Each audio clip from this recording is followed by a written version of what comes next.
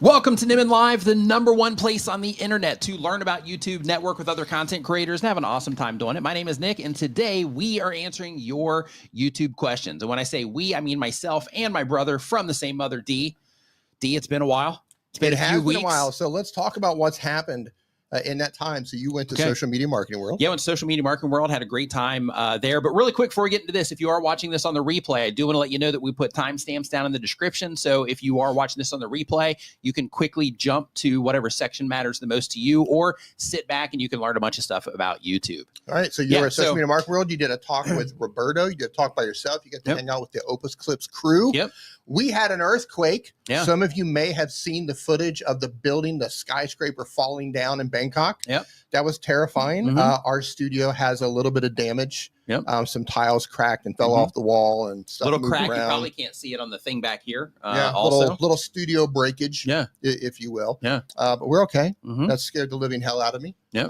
During that time. Sure. Yeah. That was crazy, but we're glad you're back. Glad you're streaming again. Yep. Glad we are. Glad we're back and ready to rock and roll. Full disclosure, he's still suffering from jet lag, so he's a little bit groggy. I wouldn't say it's jet lag now. It's more just kind of the schedule has changed. You're weak. Yeah. You're just weak. Yeah, just weak. Okay. Yeah. Just the schedule's been modified a little bit. So like being up, kind of late is just weakness. Weakness is just pouring out of me right now. You're oozing weakness. Yes. Just hearing you trying to justify. Yeah. See? Yep. We're going to answer as many questions as we can tonight. Yep. So listen, if you have a question, head down to the description. Put your description in the form. It is first come, first serve. I can't guarantee we're going to get to all the questions today. Well, a little bit delusional. Also, it's Songkran in Thailand. So those of you who are chiming in from Thailand, happy Songkran to you. Yep. If you don't know what Songkran is, after this stream is over, Google Songkran Thailand water war. Yep. And have fun. Yeah, it's pretty much like the biggest water fight on planet Earth. It happens over the next few days. Yeah.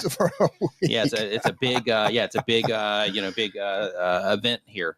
All right, let's get on it. How do we have any YouTube news before we get started? Yeah, so just a few things that have happened really quick. I mean, I'm sure everybody already knows about the Shorts views change because that happened a while ago. In case they don't know. Yeah, just in case. So YouTube is going to be reading the Shorts views or presenting the Shorts views differently. I'm pretty sure everybody's going to be up to speed with this, but just in case you missed it.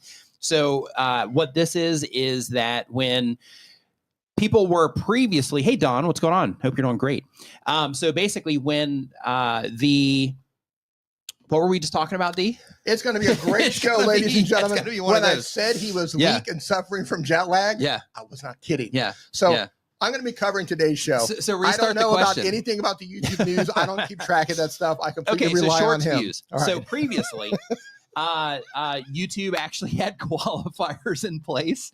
YouTube had qualifiers in place to verify a view, essentially, and that's still there under engaged views. But because content creators are like, hey, if I upload my videos to TikTok, then they always do better. If I upload my videos to Instagram, they do better. So YouTube wanted to make creators feel better, and for that, they have now made it to where they are showing essentially the impressions. That's mine.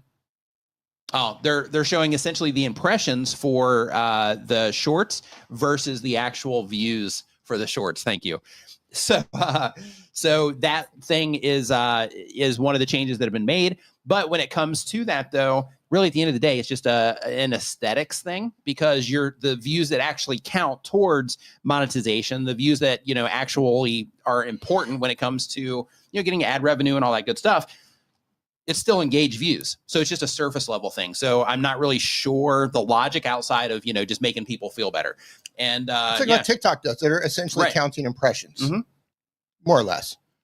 So it's a false sense of performance. It's a false sense of performance. Right. It's going to make you, the viewer, and us, those of you who are creators who are uploading shorts, it's going to make you say, wow, I'm getting all of these views all of a sudden on YouTube Shorts. And you're going to stop complaining about your low views on YouTube Shorts. Right. Well, no, what's going to happen is people will still complain about the low views on YouTube Shorts. And then instead of it being like, okay, well, it's not how YouTube is gauging it, they're going to have to look at themselves and say, well, maybe my shorts are underperforming because of the content, and people don't like to do that.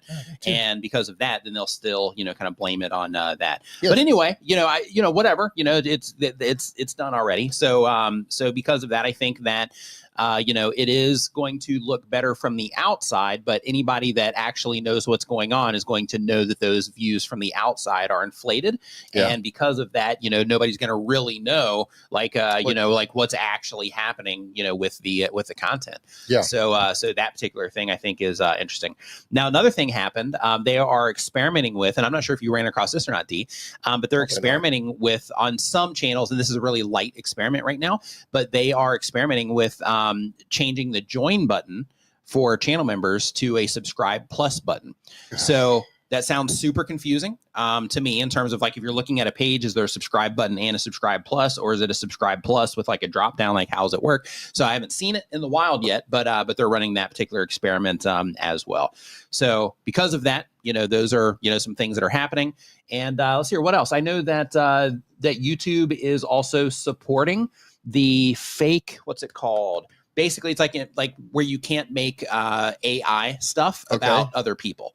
There's some senator, I can't remember the name off the top of my head because my brain right now, but there's a senator in the States that is pushing this thing, and YouTube is getting behind it. But I think it's a good thing. So basically, it'll keep people from being able to, steal your likeness and then make content of you as an AI avatar. So I think that's a win. We talked about this about a year ago. No Fakes Act. Thanks, Chuck. Thank you. No Fakes Act. Yep. We talked about this about a year ago. That's where my brain's at. In my brain, I just called him Jug instead of Doug. Well, that's what we're dealing with right now. Doug Houston YT, aka Jug, as those of us in the inner circle like to refer to who Jug Houston, as he's known around Australia. Right. But we talked about this about a year ago. How the thing about AI, is incredible as it is, and you should definitely be taking full advantage of it, is that we don't know how laws and how YouTube policy is going to change as time goes on. And I think it's great. You should not be allowed to use another person's likeness to make content of those people, to make them do or say things or act in a particular way that they would normally do. Yeah. Doug said he's been called worse, especially in the world where, you're going to be able to, you can already do it to where you can generate AI avatars that are not in the likeness of someone, just by, using images and things like that. Right. So, I don't think it's necessary, but I think the whole idea with that is, when you have public figures and that sort of thing, people just taking that and abusing that and making them look bad, making them say things that they didn't say, that sort of thing. Now, so I think that particular thing is going to be a win. Do you know if old content is going to be grandfathered in, or is it going to just go across the board? Well, I don't know. But because if you are using AI to essentially impersonate somebody, I would guess that might be retroactive. Because I see a lot of content from like Morgan Freeman. It's not Morgan Freeman, but they've generated his voice and generated his face. Yeah, and this applies to voice too. And he's giving some stoic advice on I've seen a lot of that too. Or something crazy. Yeah. Yeah, so so this applies to the image and it applies to the voice as well. Yeah. So it's going to be interesting. For that particular thing, I don't believe that it's passed yet, but it's something that they're trying to get in place, and YouTube has jumped behind it and supported it. And I just think it's going to be necessary. Eventually, right? Yeah, it's going to be necessary. So David says, so I can't make a Nick Nimmin soda song. Nope. No, you cannot. No, but maybe, we can collaborate on that, David, if you want to do that. So what we're going to do is we're going to get into the questions. So if you have a question about anything it is that you are trying to figure out about YouTube, something you're trying to understand, anything that you're running into, and you're like, hey, I don't know what this is, or I don't know what that is, or don't know what to do in the situation, you can ask your questions for free through the form that is down in the description of this video, and we answer them in the order that they come in, and during the stream, we try to get through as many as we can. So if you do have a question of any kind, make sure that you do get it down on the forum so we can get you taken care of there. Really quick, Shark Scrapper, what's going on, dude? Hope you are doing great. Creator Classroom, nice to see you here. Beanie Draws in the house. Hey, Beanie. Nice to see everybody. Hope everybody's doing great. Chantel, Doug, what's going on? Ron's Trains and Things saying, yo, Jug. Love it. That's right. So the very first question that we have is from the Blind Bard. Blind Bard, they upload one time per week or more. They've been on YouTube for less than 6 months. They do entertainment type content, and the main goal of the channel is to connect with others who like what I like. And hey, what's going on, Jerry? See Jerry in here also. Build and Fix It with Mooney. What's going on? And the question here says, I'm having difficulty applying viral video trends to my content. I can see a little, but I miss a lot. So visual observation is not reliable. My husband provides most visual info. I'm the only one in my niche discussing tabletop RPGs with a blind focus. how can I take what's working in the general tabletop RPG community and apply it to my own content? So this is one of those things where, you know, in your particular case, you like if you have the visual issue in terms of being able, visually impaired in terms of being able to like see the stuff on the homepage and stuff like that, and being able to see it in real time. Then in that particular case, you know, if you see something taking off, then it might be challenging to hop on it, you know, immediately. So in your particular case, what I would do is I would focus more on, first, not necessarily going viral per se, but more about thinking, okay, if I'm making content for people that are into tabletop RPG, you know, type content enough that they're going to be, you know, watching videos about it, or into tabletop RPGs enough to be watching videos, then in that particular case, let me make sure that just everything that I'm making on the channel is going to be a good fit for those people. And then I would just focus more on that, because one thing, like when you are making like your type of content, you know, when you are trying to, and you phrase it as like viral video trends, like when you're trying to chase that sort of thing, it can just kind of lead you in, you know, the wrong direction sometimes. So I would start with, okay, what am I trying to do with the YouTube channel? And then from there, who is it that I'm making content for? And if it's people that are into the tabletop RPGs, how can I just make the best content possible for them? So then that way you become somebody that's just putting out really good content that people can depend on as a source for that content, instead of trying to chase, you know, what other people are doing in the space. And then by doing that, that also gives you another advantage, which is that, you know, you're not chasing other people, which means that some of the content that you're going to be putting out is going to be more original. So then that allows you to offer things that maybe some of the other people aren't offering, which then will in turn also be something that you can use to stand out. So I would take that kind of approach when it comes to that. Yeah, I always think it's kind of weird chasing virality. I think that's kind of, and I'm not saying you shouldn't do it, you know, but I always just think that's weird in terms of, if everyone could so easily predict how to go viral, we would all be going viral at all times. Mm-hmm. So I don't think there's really a formula other than through trial and error, through a lot of work, and sometimes through luck. Just, you know, making videos to just knock it out of the park every single time. Yeah. Getting in on trends. You know, getting in on all the trends that are happening. If you're, the trends are the win in that case. Trends like are the win with exactly. Their type of content. Yeah, the trends can definitely give you those spikes that you need, so to speak. Stay on top of trends on YouTube Shorts. Stay on top of trends on TikTok, if you still have TikTok, depending on where you live. Yeah, stay on top of the trends. That's what I would do if you're going to go down that lane. Next up, we got Too Good to Mention is the next question. You have a super chat from Chris. iPhone Chris, thank you for the membership for 30 months. Glad that you are enjoying the content. And here for Too Good to Mention, they do bi-weekly content, but on YouTube for a year or more. The type of channel is a traveling channel. The goal of the channel is to make money. And the question is, hey, Nick, the question relates to my husband thinking of creating his own channel.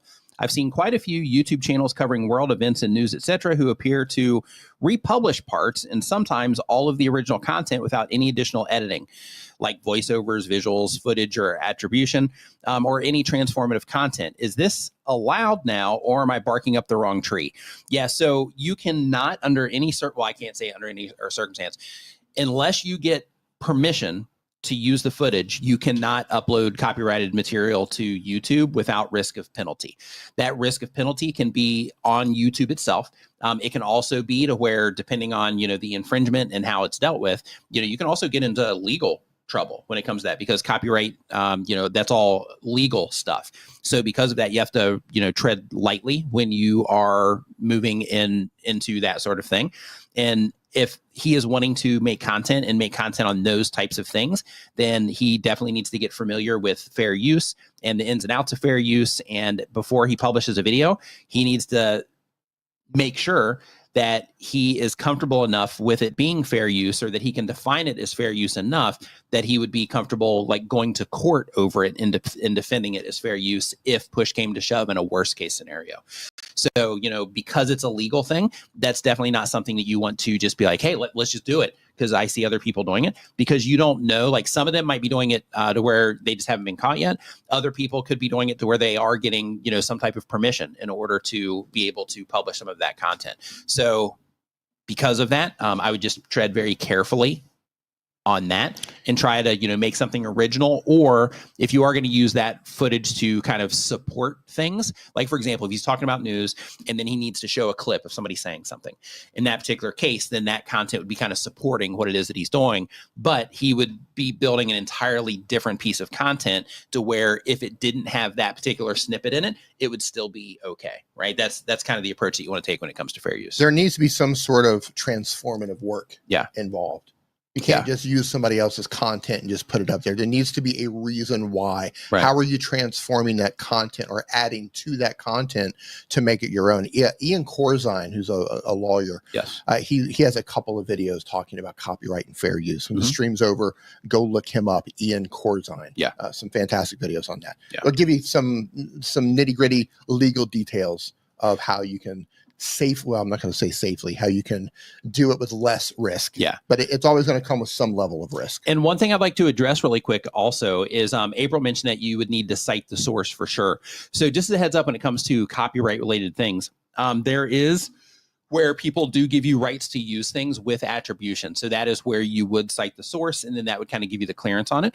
But then there's other things to where that is not okay, right? To where they don't allow people to use it with attribution. And in that particular case, even if you cite the source, it doesn't help you in any way when it comes to, a legal perspective. Yeah, I was going to take that a step further.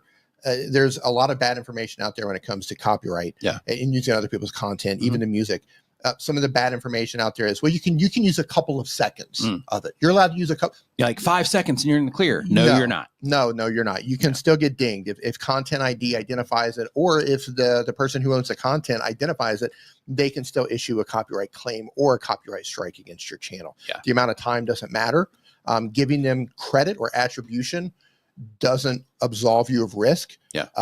For example, we allow people to use music for Creator Mix or the music service.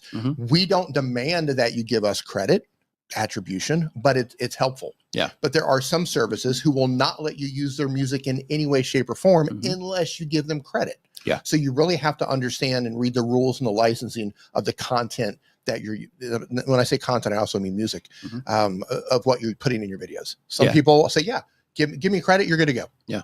Some people say, don't care, do whatever you want. Some people will just go scorched earth and just take your channel offline and give the opportunity. So you need to know what you're doing.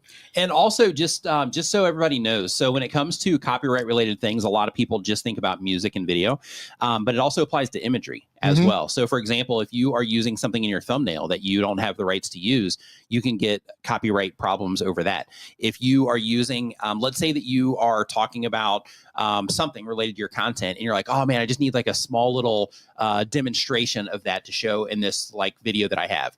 And then you go to Google Images and then you get, you get that and then you cut out, that particular, object, whatever it happens to be, and then you put it in your video. Well, just because you cut it out and you put it in your video doesn't mean that you have the right to use it, right? Like that's still something that somebody else created. In addition to that, it even comes down to fonts. So the fonts that you use in your content, thumbnails, things like that, technically you can run into things there.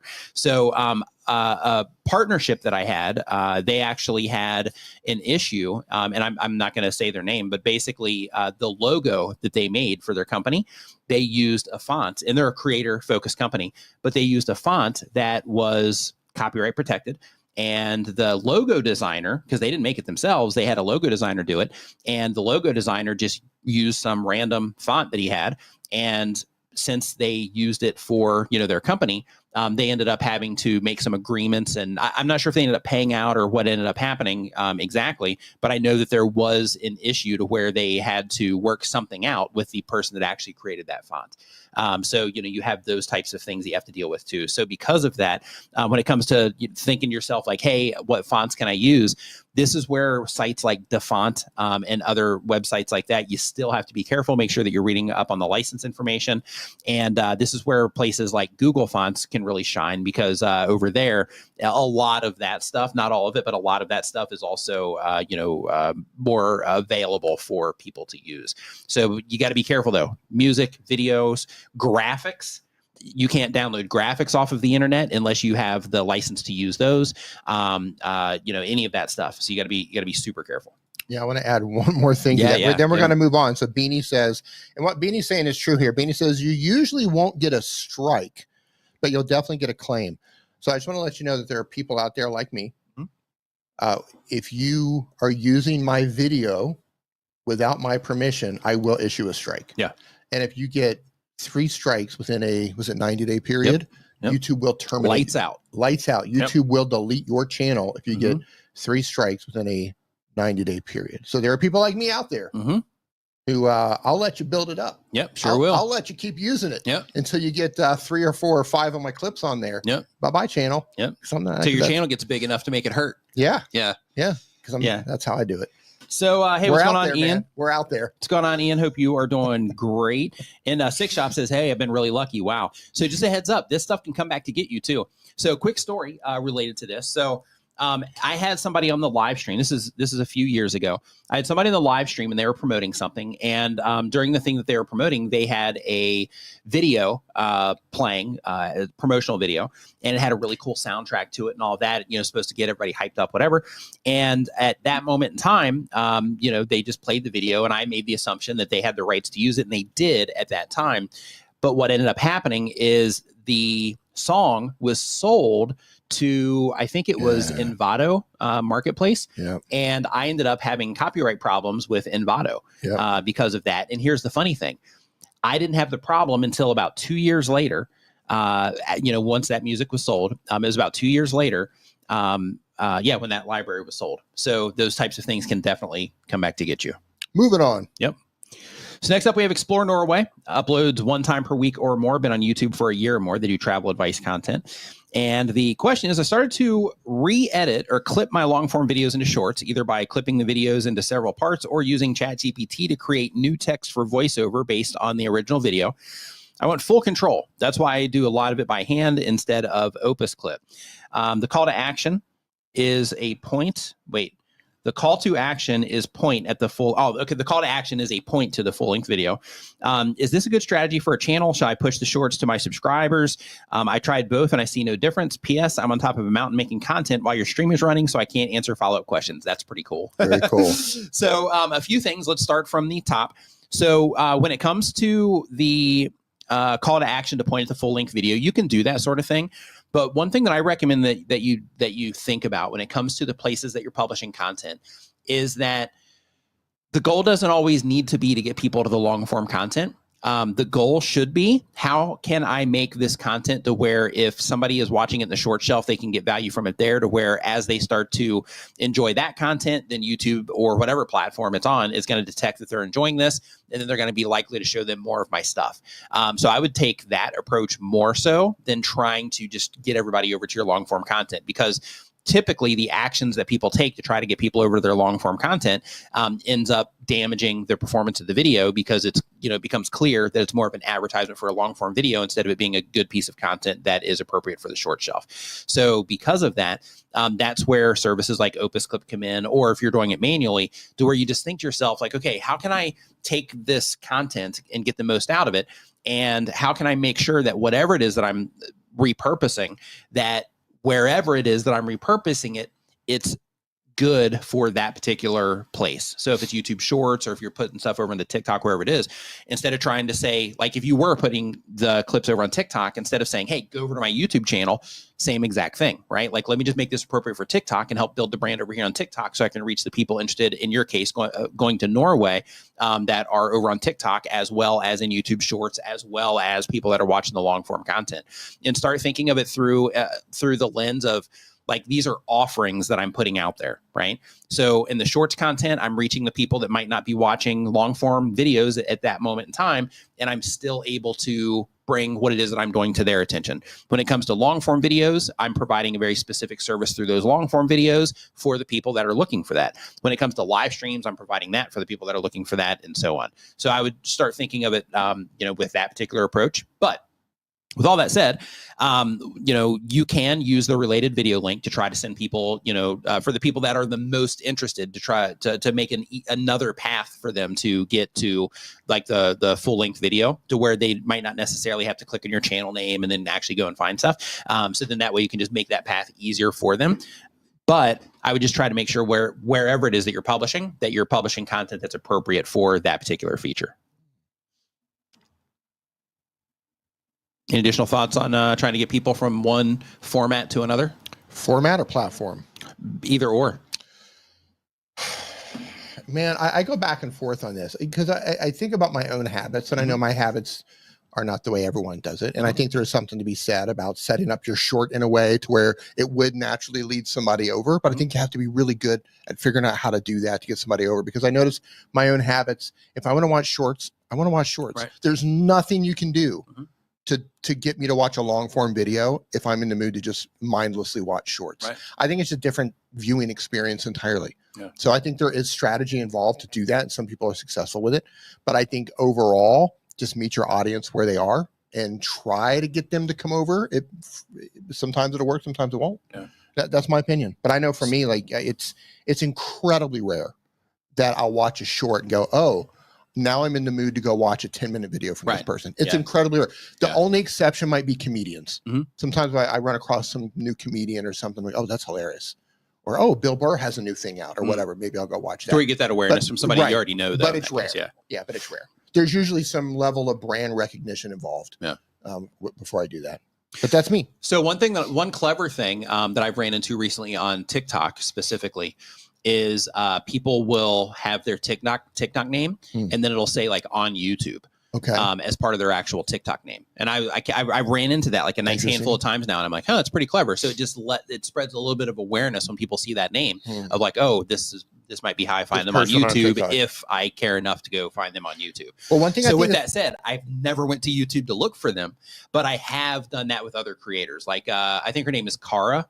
She does like music production stuff. Yeah, I know who she is. So I ran into her on TikTok and I just really loved the tips that she was giving and all that stuff. So I literally went over to YouTube and I was like, okay, let me go and see if she's over there too. So I can, subscribe to her there and get her tips over there too.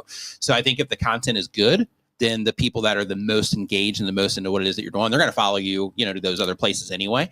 But the people that aren't, that super engaged, perfect scenario person, they're just going to enjoy your content and then move on and just wait for that next video of yours to show up. Yeah. Yeah. I mean, but it goes back to the age old thing. Be so good that people want to follow you everywhere. Right. If you're making content that's connecting to your audience, to the right people, they're going to follow you. Right. They're not. Right. They might not follow you from one format to another, but they're going to follow you somewhere. Yeah, at least on the platform where they ran into you first. Yeah, right. At least somewhere. All right, Brad, Magic Flying Potato, what's up, dude? Hope that you are doing great. Says he's been out to sea on 2 Navy ships, an amphibious assault ship for 3 days, and the USS Iowa for 5 days. Holy cow! Wow, that sounds like a cool. That sounds like a cool. How 8 does days. One go on a trip like that? Yeah, that sounds awesome. Yeah, I want to go on an attack ship. Right? Yeah. I don't know. Now's probably not the best time, but yeah. Two Spanner in the house. What's going on? Danielle says we did a 24-hour live stream on a clock last week. It's all about the watch time. Nice, not bad. Nice. That was okay. That was okay. That one's a little bit better. All right. Yeah, it's okay. Yeah, it's all right. Not bad. It's good. It's good. Heading in the right direction. Yeah, I think. Yeah, not bad. You didn't get the sad trombone. Yep. So next up on the list here, we've got Official Restored Vessels is the name of the channel. They upload 1 time per week or more. They've been making videos for 1 year or more. They do faith-based content. And the question is, when do YouTube watch hours reset for monetization? Is it based on the date my channel was created or the date I was first monetized? So it starts on when you first publish your video. So basically when you publish your first video and people start interacting with that, not when you publish your first video, when you get your first view and actually collect that first minute of watch time, that's when it starts. Because how it works is it's on a rolling scale. So, or rolling timeline, I guess would probably be a better way to say it. Yeah. But basically how it works is, let's say that you start publishing videos today. Well, people are going to be watching those videos today, which means that you're going to be collecting watch time today on those videos. 365 days from now, you're going to have a bunch of videos between now and then, but the watch time in terms of getting monetized on YouTube, but the watch time that you collected today, a year from now, that's going to fall off, right? Because you're going to pass that 365-day mark. So that's why you'll see people online saying things like, oh my gosh, my watch time is going away. What's happening? I think YouTube is broken, and like those types of things. It's because it has that, that rolling nature to it. So anything that you do now, a year from now, those are gonna fall off on the watch time in terms of how it relates to your credit, so to speak, for the watch time requirements on YouTube. What's going on? Shawnee Grows. What's going on? Hope you're doing great. Tan going in the kitchen. Nice to see you here. Hope that you are doing great. So next up, we've got Build and Fix with Mooney. What's going on, dude? Hope you're doing great. Does DIY content. His goal is to teach others. And the question is, welcome back. The one thing I had to learn the hard way was and is being consistent. I finally half-assed trying to be consistent, meaning I upload 1 to 2 shorts per week, one long form every 2 to 3 weeks, in a community tab interaction a few times a week. And I'm saying all of this to say that posting semi-regularly has helped my channel growth. Apparently, this is the key word, publishing more for YouTube is the most important. Thoughts, please. When you publish on a regular basis, there's tons of advantages to it. So when it comes to consistency on YouTube, it's not just about your publishing schedule. It's about everything it is that you're doing. So it's your publishing schedule, it's your messaging, it's your branding, like all of these things. All of the above. It's all of it. But when it comes to, publishing content, if you can publish content that people enjoy at some, rate to where it's competitive within their system, and you do that on a regular basis, then you are giving yourself a lot of opportunities. The more you do it, the more opportunities that you're giving yourself to learn from how people are responding to your content. And that's more opportunities that you're giving yourself to have videos that perform well. And then once you start having those videos that perform well, that's going to give you more information that you can learn from, that you can start applying to the new videos and so on. So when it comes to either your short form content or your long form content, publishing more can be helpful in that regard, as long as it's something that you can do without, burning yourself out or whatever. Like, if you publish once a month, long form content, and I'm just using that as an example, you're only giving yourself 12 swings a year, right? Yeah. And that's not a lot. So unless you are publishing like super entertaining or really super interesting content, you're probably going to have a hard way getting some traction, like real strong traction or momentum by doing that. You can, but it's going to be challenging for most people and most content types, even with your content type. Search is probably going to be valuable in your case, if you are taking that particular approach. But when you're publishing more, let's say weekly, then that gives you 52 shots, right? And that gives you a lot more data to work with. It gives you a lot deeper understanding of the content that you're publishing and how the people that you're serving with your content are responding to that content and so on. So that consistency thing and publishing more can definitely be advantageous, but you don't want to do it to the point to where it negatively impacts the quality of your uploads and that sort of thing. But you do want to just try to, stay consistent and publish more.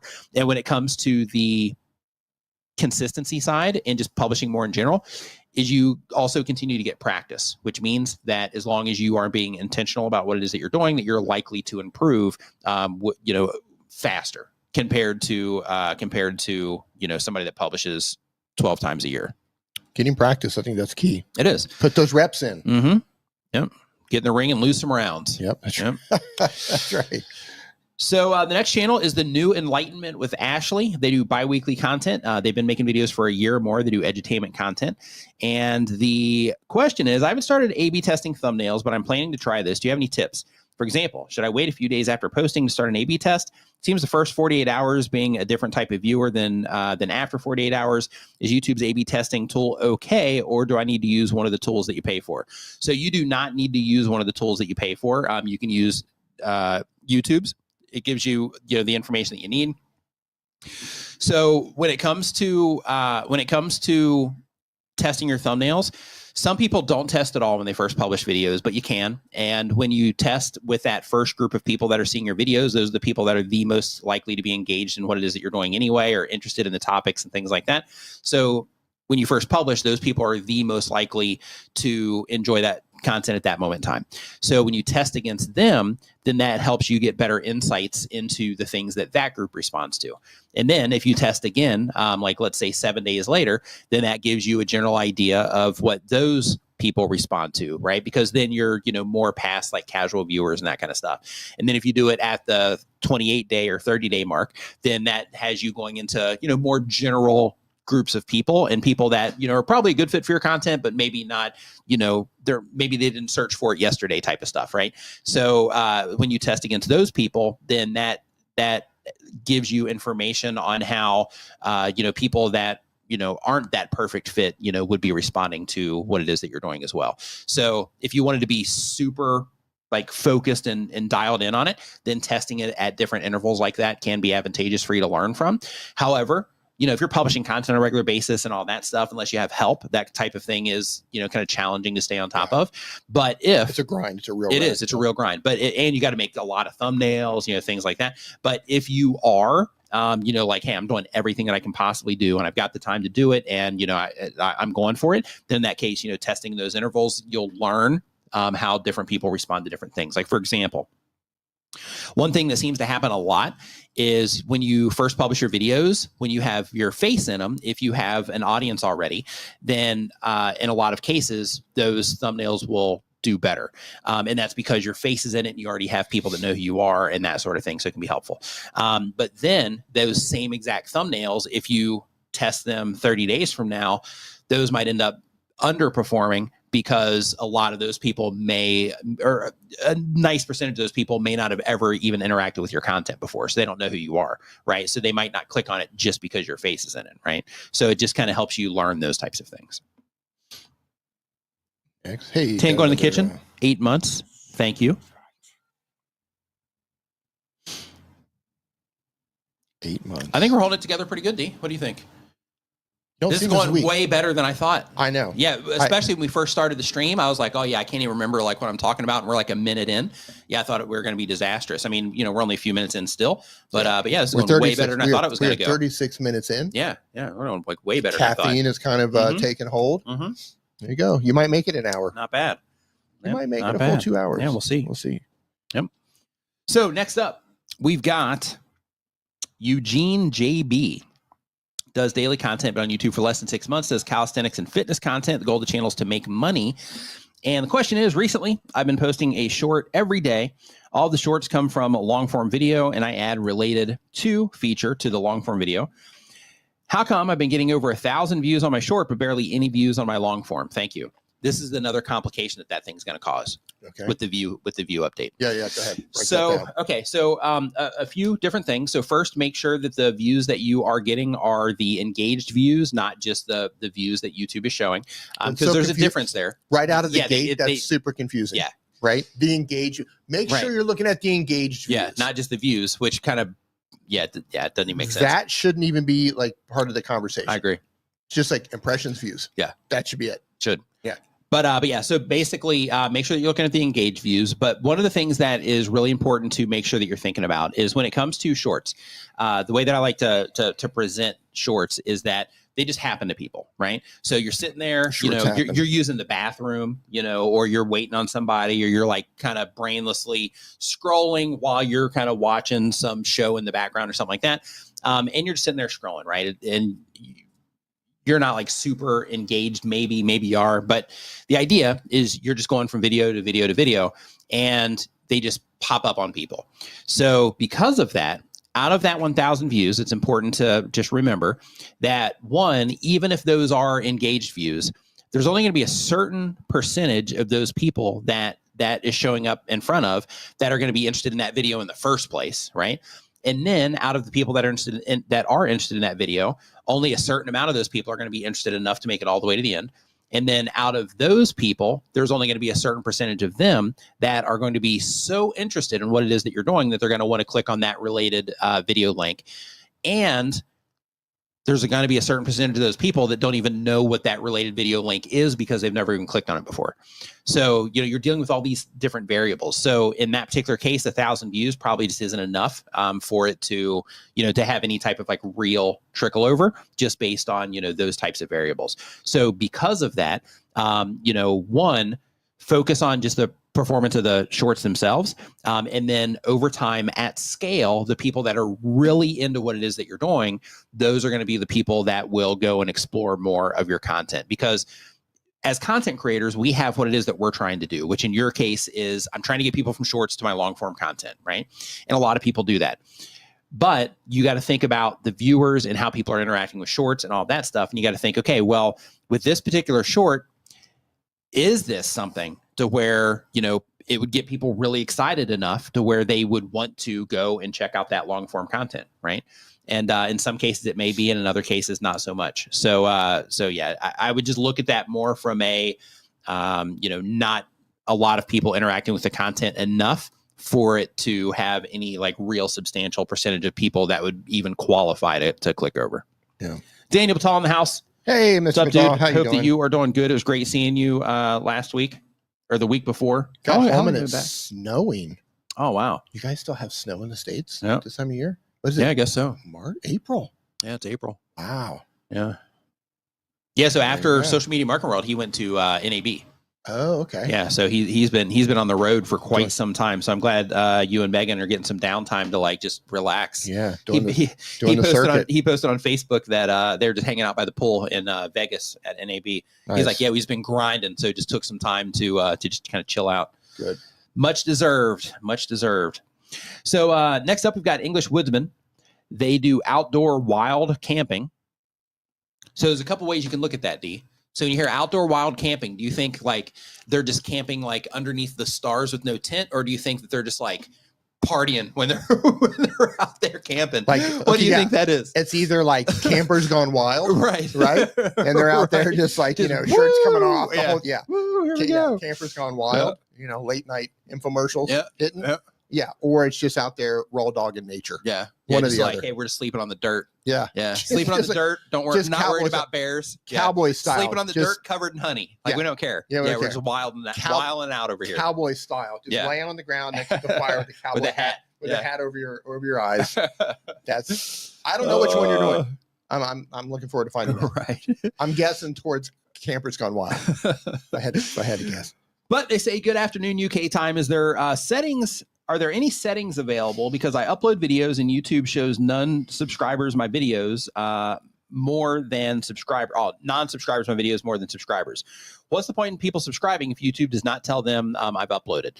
So this is a big thing that's happened on YouTube, and this has been this way for quite some time now. I would say TikTok is guilty of this, but I mean it's kind of been happening for a while, but it's just getting more and more intense. But basically, if somebody subscribes to your YouTube channel, it is a positive signal to YouTube. And that tells YouTube that, those people are enjoying your content enough to subscribe to it. So it is a good thing. However, just because somebody subscribes to your YouTube channel doesn't mean that they're going to be interested in every topic that you upload. 2, it doesn't mean that they're not watching other channels. 3, it doesn't mean that you're able to get those people to click on your videos again after or on all of your videos when they are published. So it's very possible that YouTube could be showing your videos to the people or some of the people that subscribe to your channel on their subscription feed for the people that go there, on home pages, suggested videos, and all that. But it could be that people are not able to recognize that it's yours, and therefore the people that are engaged in your stuff, they just go right over it because it doesn't stand out. Or 2, it could just be that either the topics or how you've packaged everything up, something there is just not of interest to them. So because of that, that's where you'll see metrics like this kind of come into play. But I got some good news for you. So when it comes to, the subscriber count and, the things it unlocks and, all that, when you do have more new people interacting with your content, I mean, that's a good thing because that increases the likelihood of somebody being able to subscribe. If you have 90% of the people interacting with your content that are non-subscribers, and that's a good amount of people that you get to take a swing on having them subscribe to your YouTube channel compared to having it 90% of subscribers watching your videos. So you want to have a nice balance, right? To where, you are serving the people that are enjoying your content, but you do want, a lot of new viewers watching your stuff. That's how channels can grow that way. But when it comes to YouTube showing your content to people, they definitely do not show your content to people just because they subscribe. They have to be engaged in what it is that you are doing. So for example, if you look at my channel, I've been doing this for over 10 years. So there's been tons of people that have subscribed to my YouTube channel that don't even make YouTube videos anymore. So if YouTube were to show them my videos and kind of pollute their homepage with my content, then it's not even relevant to them anymore. So YouTube would be wasting that impression that they could show them your video because maybe they're into your type of content instead now. So they would be wasting that impression on that potential, person that doesn't even care about my type of content anymore, where they could show them your video to where that user might respond better to your video, which then would in turn help YouTube achieve their goal of creating more satisfied viewers with their content. So that's the idea. So of course, you do have it to where people can turn on notifications, things like that. But even when people turn on notifications, YouTube shows you inside of your Creator Studio, these are these are the notifications that went out, and then these are the people that actually had notifications turned on that could even receive them in the first place. Because just because somebody subscribes and they turn on that notification doesn't mean that they can even receive those notifications on their devices. So confusing. So that's what's going on there. It is. The super chat. Ria Torres, thanks for the super chat, says, I'm aware that I have a lot less subs than the average reaction channels because we speak Portuguese with English subtitles on all videos. Pretty sure that I'm the only one doing this in Brazil. Any advice or just keep going? So in terms of advice here, let me actually just pull up your channel here. What is it they're doing? They're speaking in English with Portuguese subtitles? No, they're doing reaction videos. They're doing them in Portuguese, but they have English subtitles. So the very first thing that I would do if these are in Portuguese language, make your titles. They might be already because I'm looking at this from a English account. So YouTube, if you have all this stuff translated, YouTube might just be showing me the English titles. But I see like in your thumbnails, even you have the word like reaction in English, right? And then all of your titles, at least what I'm seeing here, are in English. So again, I don't know if you're translating these or not, and that's why I'm seeing them that way. But if not, make sure that if you are trying to, like if you're speaking Portuguese in the videos, then unless these are translated, and that's the only reason I'm seeing them, then make sure that your titles are also in Portuguese. Make sure your descriptions are in Portuguese, not in English. If you are, translating them, then that would, then you're doing the right thing there, because then YouTube is doing its job and showing me the English version, which I'm more likely to respond to. But one thing that you might also want to try to do is actually translate the audio too. Just do it on like 10 or 15 videos and see if you do get a better response that way also. If you're not doing or if you are doing the translations. You know who's really bad about that? And I know we have some Indian viewers in here. Indians. Yeah, I can't tell you how many times I've clicked on a video. Thumbnail looks fine. Titles in English. YouTube's like, yeah, here's all this English stuff. I click on it, and then here's a guy speaking Hindi. Yeah, I'm like, what are you doing? Yeah, I think what are you instant click off? Yeah, instant click off. Yeah. I think some of that is probably them translating stuff as well. Some of it they probably are just writing in English, but some of it is Thumbnails probably being translated. And then if you were to take the time to hunt for captions and all that stuff, they probably. I know you're not going to. I'm just saying, that's probably the logic there. But that shows in terms of translations. Right, like the user side of that experience. Just think about it from a user's perspective. That's what I'm trying to say. If everything you're putting out there is like, here's a thumbnail that might make people think it's going to be English. Here's a title that might make people think it's going to be English. And as soon as they click in, here's another language. I'm clicking off. I don't know what you're going to do, but I'm going to 9.9 times out of 10, I'm clicking off. I really have to be in the mood to want to read subtitles while somebody's speaking another language. I don't do that at all. Like I have to be in the zone. I'll do that maybe on Netflix or something like that, but I don't do that on YouTube at all. So listen, if you're making videos in another language, just keep that in mind.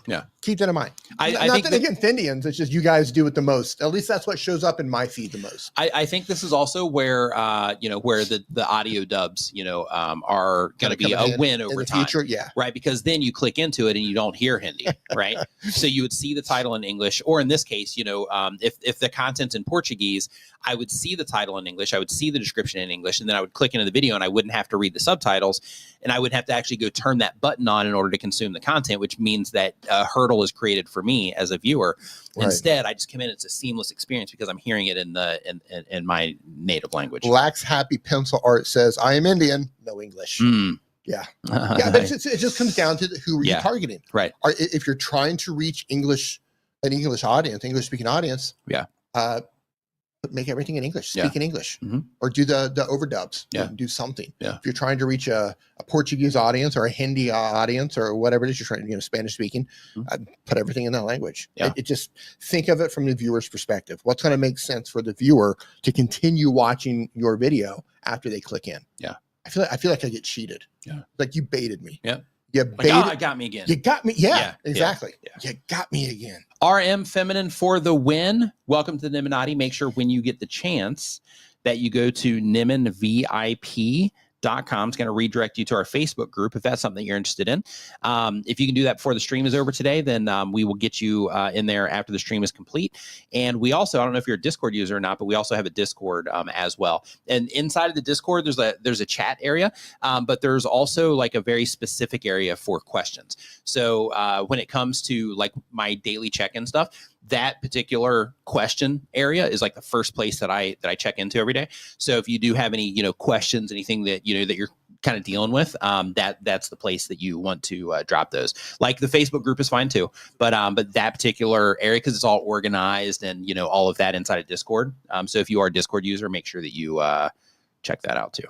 Yeah. And to be clear, because I just saw something go by in the chat, I'm not saying if you speak another language, don't speak in English or speak in another language. I'm just saying, think about who it is you're trying to reach as your audience. Yeah. If you want a particular audience from a particular region of the world, then you should cater everything to that audience, right, in my opinion. Right. And if you are going to be translating titles and stuff, then you should go ahead and do dubs and just do the thing. Yeah. Right. Do the thing. So it's like, hey, if I'm going to be trying to reach people in this particular region, then let me make sure that my content is accessible for the people in that region. Exactly. Yeah. Exactly. Yep. Or just learn, do you know what? We should just all learn different languages. Just learn the languages. Right. Stop being lazy. Right. And just learn all the languages. Just learn them all. Yep. That's right. So real quick, so official Tim service. Texas, I have issues. I have issues to get issues with connecting on Discord. Yeah, so make sure that you do post about that in the Facebook group, and we'll try to get you sorted there. I think we might have had this issue before, but everything's all set up now. So and it's been that way for probably, I don't know. I know there's a problem where something got disconnected, and then we reconnected it like a few months ago. So as long as you are logging into Discord with the same account that your YouTube membership is under, then it should just show up there on your list. So next up on the list, we've got Cathay Fit. What's going on? Hope you are doing great. Dance and fitness content. The goal is to quit the job and be a full-time creator. And the question is time management. I'm a full-time mom and wife, and I work part-time, and of course do everything at home. I also study working as a personal trainer certification. Sometimes making time to film is difficult. I think it's in part because I also have ADHD. What are ways to manage time to make content and film? Working it into your schedule. And I know you're busy, and I know that this is going to be challenging, but when it comes to the process of making content, one, you have to make sure that, like, if you want to make sure that you're doing it on a regular basis, you have to make sure that you're making content that you can sustain. So you have to make sure the content type of content that you're making is something that you can work into your lifestyle. That's number one. Two is you have to find the places in your lifestyle to actually get it in there. So for example, because you have kids and a job, so when you are required to work from this time to this time, you show up and you work from that time to that time without fail. When your kids have things that you have to go to, you mark them down on the calendar, and then you show up to those things without fail. So the plan is, if you want to do this on a regular basis and you want to be consistent on YouTube, is that you need to show up for yourself without fail in the same way. So basically take the time and look at your schedule and say, okay, out of all of the things that I'm doing, where do I have some time that I could make some content, and let me schedule that in, just like I have everything else scheduled in. Because you're busy, and I know if you're busy that you probably have a calendar, and you're running your entire life off of that calendar. So just find those places within the calendar to where you can say, okay, this is going to be the day where I record videos. If I have a lunch break, I know that I could just hang out and like talk to coworkers or whatever. But if I want to make sure that I'm trying to do what I can with YouTube, then in that case, I'll talk to coworkers for a little bit, but I'm going to take some of that lunchtime and I'm going to spend that time working on like video ideas or, whatever the thing is, whatever I can do with that, little bit of time that I have there. And you just try to find places to work it in, but it can be challenging. I think one of the hardest things for content creators is for people that are trying to go full time or just trying to, get the most that they can out of the content. I think the hardest thing is trying to do what you're trying to figure out right now, which is I have this entire life that I've built that already seems busy. And then now I'm trying to fit this other thing into it that also can take a considerable amount of time, and just trying to find, some type of balance there to be able to, just consistently, do the thing without, going crazy or without, sacrificing too much from your regular life. So I think it's a real challenge. And then that challenge also gets amplified when you do make that crossover into full time, because then you have this kind of in between time to where like, okay, I'm doing all this other stuff, and then now I'm transitioning into full time. But that before you transition moment, that can be pretty intense too, because everything's ramping up on your YouTube channel, and that's allowing you to be able to make that transition. So you become a lot more busy there, and then you're also doing all of the other stuff that you were doing already as well. So that particular part can be challenging as well. But yeah, just try if you can to find those places to schedule it. And, sometimes, maybe you might have to cancel something, but if you schedule it, then in that particular case, it'll become a little bit more of a priority. And then if somebody's like, hey, hey, we're going to go do lunch, or we're going to go do this, then you can look at your calendar and say, oh, I actually have a thing that I got to do here. It's going to take about an hour or 2 hours, whatever, and I'll catch up with you later. And then just try to find those places, within each of your days that you can work on your stuff to move forward. Yeah. Something else to throw out there is to rethink the type of content that you're making. Mm-hmm. If you're a busy person and you can't dedicate time to sit down and actually make content, maybe your content should be you documenting what you do throughout the day, documenting what you do as a busy mother, right? Trying, just document. So I stumble across people all the time. They're vlogs essentially, but they're just documenting their lives. Yeah. And some people are really good at putting it together. Some people have really interesting lives. Everybody's different, you know. If you can't fit it in to be, okay, I need to set this aside of time, well, then just grab your phone, take it with you, and just document what you're doing. Yeah. And then, when you get an extra 30 minutes here, an extra 30 minutes there, sit down and edit what you can after the kids go to bed, or stay up an extra hour, or whatever you got to do. You just kind of rethink how you're doing things if you can't get it done the other way. Oh, she says, I have a boring life. Well, maybe. Right.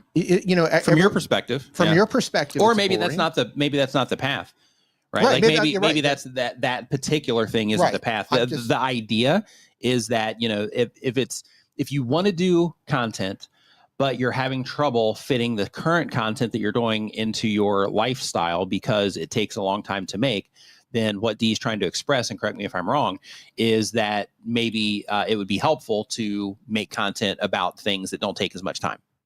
Change the type of content. Yeah. And I'm not just speaking to you as well. I'm speaking to everyone in here in terms of, because I know a lot of people struggle with that. Oh yeah, totally. Everybody struggles with that. Even if you're a full-time creator and you do this for a living, you struggle with allocating enough time. And here's the thing.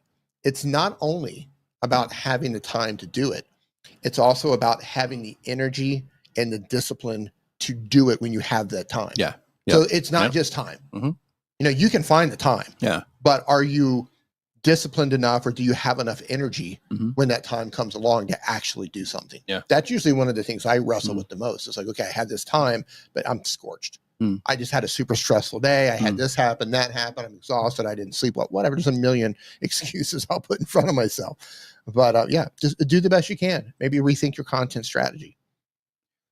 Playing the mom game says, Cathay Fit, I'm in the same boat. I just don't sleep. Just kidding. But she gets up really early to edit. She sees it as a grind now to pay off later. Short-term loss, long-term gain. Says it's certainly a challenge. Yeah, it's tough. And Ron's trains and things. He's actually making that transition to go full-time in 8 days.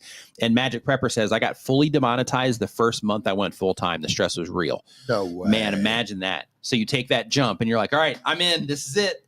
And then you get demonetized. Holy cow. Yeah, I bet that was stressful. Can I ask you what caused you to get demonetized? Was it a certain type of content that you made? Was it copyright issues? I would love to know what happened on that one. Ron says, what are you willing to give up to do the thing? Yep. That's a great question. For me, I had to put 2 of my kids up for adoption, but I think it was worth it. And get rid of the 3 dogs. Yeah. I think it was worth it. Yeah. I hope you're doing well, Jenna, Terry, wherever you're at out there. Oh goodness. Daddy's getting views now. So, I hope you have a good life wherever you're at out there. I hope you weren't separated. What a great clip that would be out of context. Oh, right? Listen, yeah. That's great. Yeah. That's so good. Yeah. Okay. So next up, we have Scale Train Station. They do bi-weekly content. They've been making videos for a year or more. They do model trains. The goal of the channel is to make money. And the question is, finally geared up to start a new channel and a live stream. Can you go over how watch hours are counted on lives? Does editing them remove any watch time and any other concerns?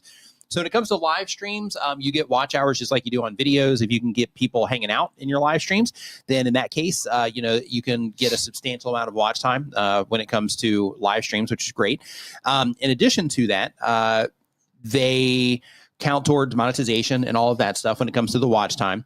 But the one thing that you do have to be mindful when it comes to watch time is if you unlist the live stream or you delete the live stream, then that watch time from that live stream is no longer going to count towards monetization. So that's really the only, kind of hurdle that you have to make sure that you're being mindful of when it comes to live streams. Magic Prepper says they were demonetized for sharing links that went against advertiser-friendly guidelines. Affiliate links to places that sold prohibited goods. Man, yep. I hate hearing that. Yep. I hate hearing that. Build and Fix with Mooney says squirrel. Yep. Happens.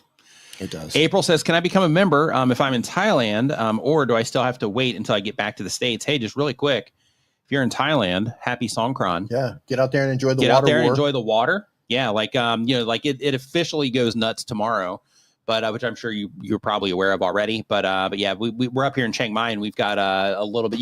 I don't know if you can hear it coming through the microphone, but they're actually partying like right over here. Huge sound system right outside that door, just bass rumbling. Yeah, when it comes to making content, if you think about it, and I think Ron brought up something really important, and before I got sidetracked on putting the kids up for adoption, is it's right. Like, what are you willing to give up? What are you willing to sacrifice in order to make videos as a busy person? Yeah. That's a tough question to ask. That's really tough. Yeah. Like, are you willing not to watch? Are you watching any TV shows right now? No, nothing really. Like, like Severance is done for now. Yeah, there's nothing really that we're watching. Whatever. There's one that I think we're gonna start. I started watching the one with Robert De Niro, but I couldn't really get into it. The one on Apple TV. And then there's a new one that came out. It just came out. But we're gonna start. Point being, limit because a lot of people get sucked into watching shows. Yeah, it's really easy to get pulled into binge watching shows, and I've been through that. I think when the world closed down and everybody was kind of stuck inside, you kind of built that habit. Because you and I used to go to the movies all the time. It used to be like a regular thing. Every Thursday. That was the thing. New movie. Yep. I think I've been to the cinema maybe 5 times since being back in Thailand. But I think it just changed how people are consuming entertainment. So just do a time audit. If you're struggling to find time to make content, do an audit of your day to day and do it for a week. Yeah. And just really, okay, from this time to this time I did this, from this time to this time I did that. And you'll find patterns. You'll be like, wow, I'm actually spending a lot of time watching Netflix, or I'm spending a lot of time doom scrolling. I think that's the big one. Where I'm watching. Go look at your screen time. Yeah. Go look at, like, if you're like, oh man, I wish I could have more time to do this. Like, go look at your screen time. Yeah. And that'll probably be a big indicator for, for a lot of folks. Pick up your phone. I don't know how to do it on Android. Pick up your phone, go into your settings and look at your screen time. If you're an iOS user, you can do that in your settings. Everybody do that. If you have an iOS, if you have an iPhone, go into your phone right now and type in how much screen time you're using. I'm going to look and see. Mine's not going to be totally accurate because So while he's doing that, Gardening with Bear Brown is our next question. They upload 1 time per week or more. They've been on YouTube for 1 year or more. They do educational content. And the question is, hey, Nick, 2 weeks ago, I made 2 shorts that gained a couple of million views. And that, let's see here, a couple million views and helped me get my silver play button. Nice. Love it. Congratulations. Says it'll be here in 2 weeks. How can I learn from those shorts to make better content like that again? Did I get lucky because these 2 shorts were on different topics? I'm back to my normal views on shorts now. Thanks. So I would look at those videos and analyze those videos and see, one, when did you publish them? Two, what was happening at the very beginning of those videos in terms of why do you think that, they grabbed people's attention the way they did? Just second by second, look at those videos and analyze them and see if you can repeat them from a structural standpoint. But other things matter as well in terms of like the topic, of the short itself. Was that particular topic that you made the shorts about, was it trending at the time, or, was there a heightened interest at the time and maybe it's kind of died down from there? Those sorts of things. So for example, with all the movie stuff that happens, sometimes if you make a video at the right time, then you can just kind of ride on people just hopping on YouTube and being interested in that particular piece of content or that particular movie or TV show like we were talking about. And then therefore YouTube will end up showing, a lot of shorts to those people where they're talking about those types of things. And there's not a lot of inventory on those particular topics at that moment in time, which then means that you don't have tons of competition on those particular subjects at that moment in time. So there's things like that at play too. But consider all those things, but then look at the title of it, how you structure the title, the actual topics of the videos or the shorts themselves. And you said they're on two different topics, and then try to break them down from a structural standpoint and see if you can repeat them from a structural standpoint. Scale Train Station. I'm not sure I fully understand the question.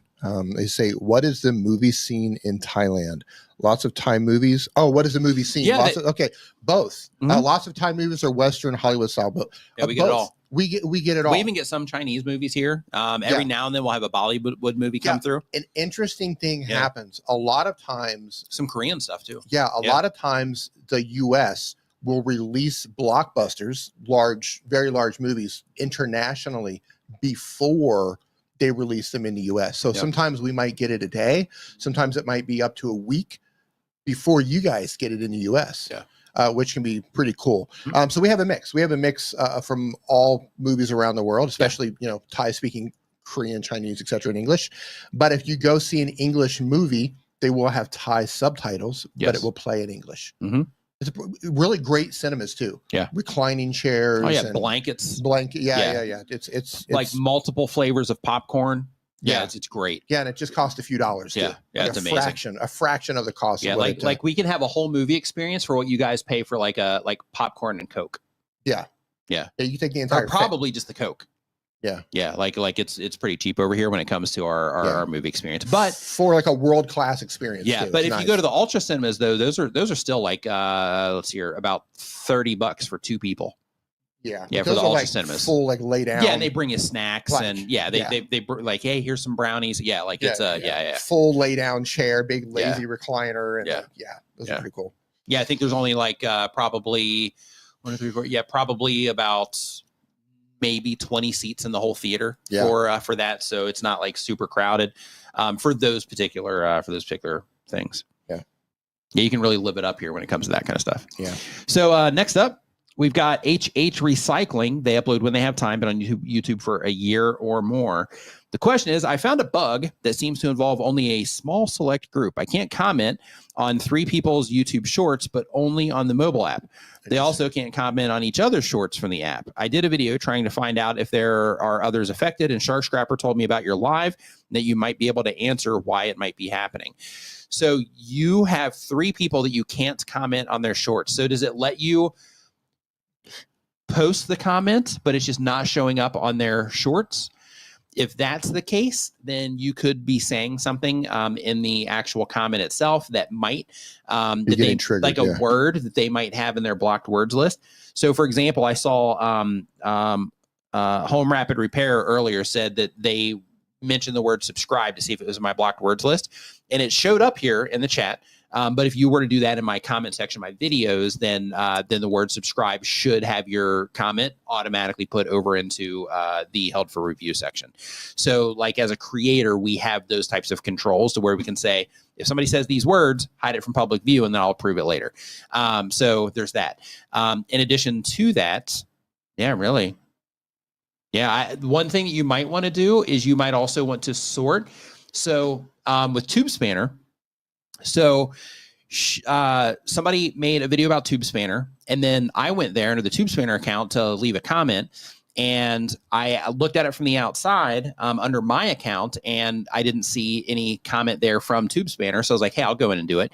And I logged into the TubeSpanner account and then went into the comment section, and then I saw the TubeSpanner comment. And I reached out to Danielle about it, and she said, yeah, I left that comment there.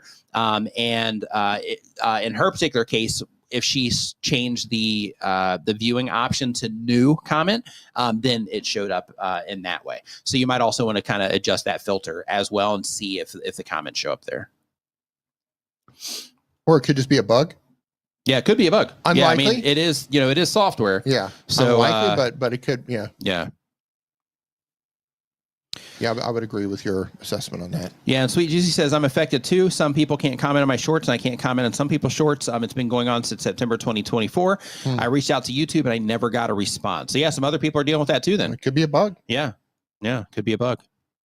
Yeah, so one thing that you might want to consider then, if you're having that issue, at least, for commenting, just make sure that you close your app and restart it. If you're on a computer, maybe clear your, cache or something like that. And then try again and see if that, kind of fixes things. But if you've already told YouTube about it, they're aware, maybe they're working on it, maybe not. I don't know. So whenever I come across what I believe is a bug on anything, I kind of go through a process. Number one, I test throw the computer. Number one, I grab this and I just start beating the hell out of the desk with it, and then I go buy a new computer and it usually fixes it. Yeah. No, the first thing I'll usually do is I'll change browsers. So if I'm trying, let's just say Safari browser, does the same problem happen in Chrome? And if the answer is no, then I know it's Safari. So then I go into Safari and then I start looking, okay, what plugins do I have? And then or extensions. And then I start disabling all the extensions or any of the plugins. And then I just start systematically stripping it down to see if I can figure out what that problem is. If it's something that happens across all of the browsers that I tested on, then I might look at things like if I have like virus protection or something running in the background, and I'll try to turn that off. Like I kind of say it works fine on the computer. Works fine on the app computer. Problem. It's just an app problem. Yeah. Okay. So there you go. Deviant Rat, thanks for the super chat. It says, hey, Mr. Niman, what are the pros and cons of changing from a rage hate channel to one that promotes positivity? Will that alienate existing subs or worse? Yeah, probably. Rage hate. Yeah, probably would, or at least the content that you're publishing, once you go positive, they may or may not respond to it. So the problem is when you make moves like this, and it doesn't have to be like rage versus positive. It can also be like gaming versus like motivation. So you have a gaming channel and you're like, hey, I'm going to just change this to a motivation channel or a fitness channel all of a sudden. The problem comes from the people that are already interacting with the channel and engaging with the channel has taught YouTube the type of viewer that is enjoying your type of content, and that is in their system is like, hey, these are the types of people that are enjoying, content from this channel. But they do look at it from an individual video type of standpoint, but the place where everything kind of falls apart is here. So when you publish videos to YouTube and you have certain types of people that are interacting with the content, they're enjoying that content, YouTube showing your content to them and they're responding well to it, then you publish a video about something that those people don't care about, then YouTube is still going to take the people that are the most engaged and they're going to show your newest video to them that is about something that they don't care about. Those people are not going to respond to it because it's, in this case, it's opposite of, what they're there for. And because of that, since they don't respond to it, it's going to tell YouTube that, hey, even the people that are the most engaged in this content don't really care about this piece of content. So this must not be that great of a video. So it can temporarily or long-term hurt the performance of that video. So because of that, that's why it's super important to think about who am I targeting with my content, and how can I make sure that everything that I publish on my channel, from my community feed to shorts to live streaming to video content to even podcasts that you might put on your channel, you got to make sure everything is targeted towards a very specific type of viewer. And then that way, when YouTube recommends your other videos to them, it doesn't matter if it's a new video or if it's from your archive, that content is likely to be relevant to those viewers in some particular way. So for example, but they're raging outside. Do you hear that? Yeah, they are. Wow. So for example, if I started being really aggressive and publishing a lot on my YouTube channel, then I would start getting all of this, new activity coming in on my YouTube channel. Lots of new viewers would be coming in, and YouTube would be detecting all that. And they'd be like, hey, these people are liking it. And they would start showing videos from my archive because I have a big archive. So then their system would go through that archive and be like, hey, this would be a good fit for this person. This would be a good fit for this person. And they'll start recommending that content to them. If that old content was like fitness content that I just had on my channel, and then they're like, hey, maybe this will be a good fit for them, then in that particular, from the archive, they probably wouldn't show that to them anyway. So that's probably a bad example. But the idea is that when YouTube does go into your archive or your new videos to recommend them additional content, you just want to make sure it's relevant to those people that are interacting with your channel. That's how you dial things in and grow quickly. You can take the approach to where you're like, hey, I'm just going to put up a little bit of this and a little bit of this and a little bit of this. But unfortunately, that's just a harder path to go, these days in 2025. Yeah, April says Bangkok won't sleep tonight. Yeah, I saw some videos online earlier today. They're raging there too. Already? Oh, yeah. Yeah. So next up, we've got Imperial Remnant. What's going on, dude? Hope you're doing great. Does Star Wars lore content. Goal is to make money. Question is, my channel is all things Star Wars with an emphasis on lore. Now that I have some good growth, over 5,000 subs, nice work. Way to go. Says, I introduced a conversation style format weekly and have been doing interviews with people who have contributed to Star Wars. Both new formats are over an hour. I'm wondering how I can do these new segments without tanking the channel growth. The conversation videos, I take highlights for an average length video, and I have the full version for members only. The interviews, I only post highlights for shorter, but don't want to bury the guest behind a paywall. So one thing that you might want to do, I mean, there's a few things that we have to just kind of put a spotlight on here. So one is, if you're doing these interviews, if your viewers are responding well to them, then they might be, a good fit to continue on in terms of just leaving on the channel. But if you do have them on the channel and people are not responding to them, then that might be an indicator like, okay, well, maybe, I shouldn't put these on this, on this channel, or I should make it just members only, and then maybe put out some shorts, from this. So then I can still kind of promote that guest in some way through the short content.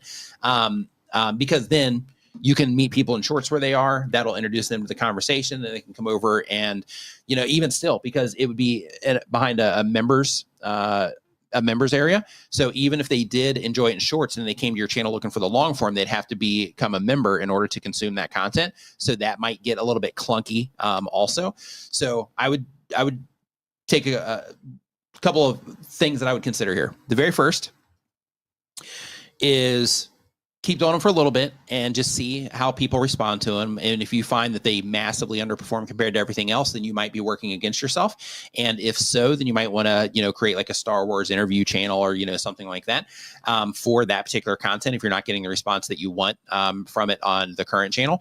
Because, on the current channel, if they're there for the lore, I would think there would be some crossover there.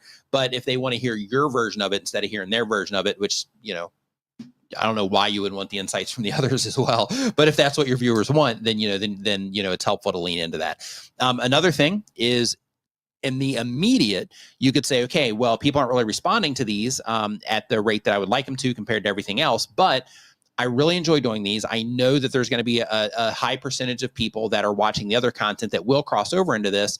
And because of that, let me just give it some time so I can build this up as a pillar of content on the channel to where I can build like an audience around this type of content as well as the regular lore content. And there'll be some crossover back and forth, right? So it's deciding if you want that immediate or not is kind of the big decision there. And then if they don't respond to it, either way, and you just can't build up that viewership within that, then that's where you might want to consider putting on another channel instead of having it on the main one where it's underperforming. So quick tip on tracking this type of thing. So you've probably heard me talk about it before. You've probably, already used this on your channel, but inside of your analytics, there's a feature called grouping or groups. It's great for situations like this because in the grouping feature, you can go and you can look at like, okay, how many people are coming back into these like as the content set? How many people are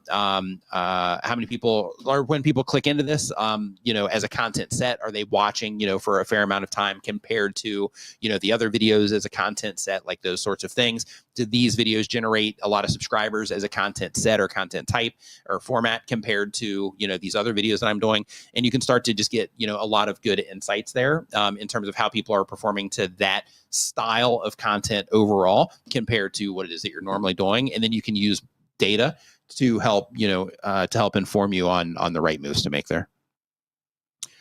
Says, if I normally do 3 lore videos a week, would posting the interview as a 4th keep my flow going? Well, it's not necessarily about keeping your flow going. It's about giving your audience what it is that they want from you, right? So like it keeps your flow going in terms of like you publishing content, but in terms of, people being like, hey, I want to come in and watch this video, that's where things get, kind of interesting, so to speak, right? So you definitely want to make sure that you are thinking or paying attention to how people are responding to that new style that you're doing. Because, having the 3 lore videos, that keeps, those people happy, but throwing in that 4th one, they may or may not like it. And that's one of the things about experimenting on YouTube is sometimes you'll find stuff that people love, and then you just lean into that. Sometimes you'll find stuff that that people don't really care much for, that you are like, hey, this is pretty cool, I like doing this, but your core, audience that are interacting with the other content, sometimes they just don't vibe with it. So, give it some time and see, how people are going to respond to it. But I would just pay close attention to the content to make sure that over time that doesn't become something that you're continuing to do it just for the sake of doing it, even if people don't respond to it on that channel, when you might be able to have like an entire show where that's like all you do on another channel that isn't, your that particular channel. So then that way, people that are into those conversations, they can just go and just binge watch all of that stuff over on the other one. Let's see here. So next up on our list,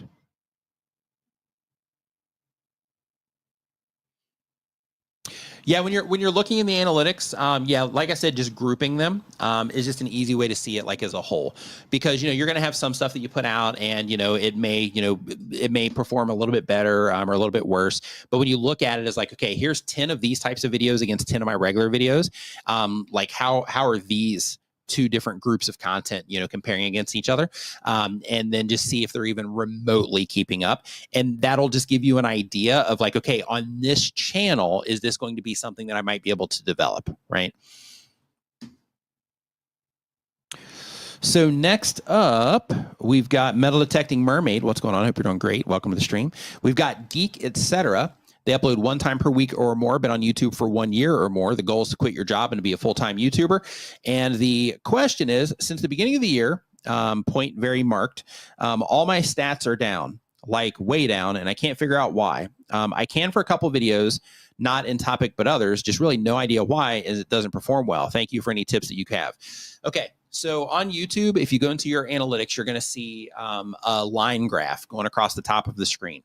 So if you go into traffic sources, so go into your advanced mode of your analytics. If you're in your regular creator studio, hey, Ed, what's going on, man? If you go into your regular creator studio, up in the top right-hand side, you're going to see advanced analytics. Click into that.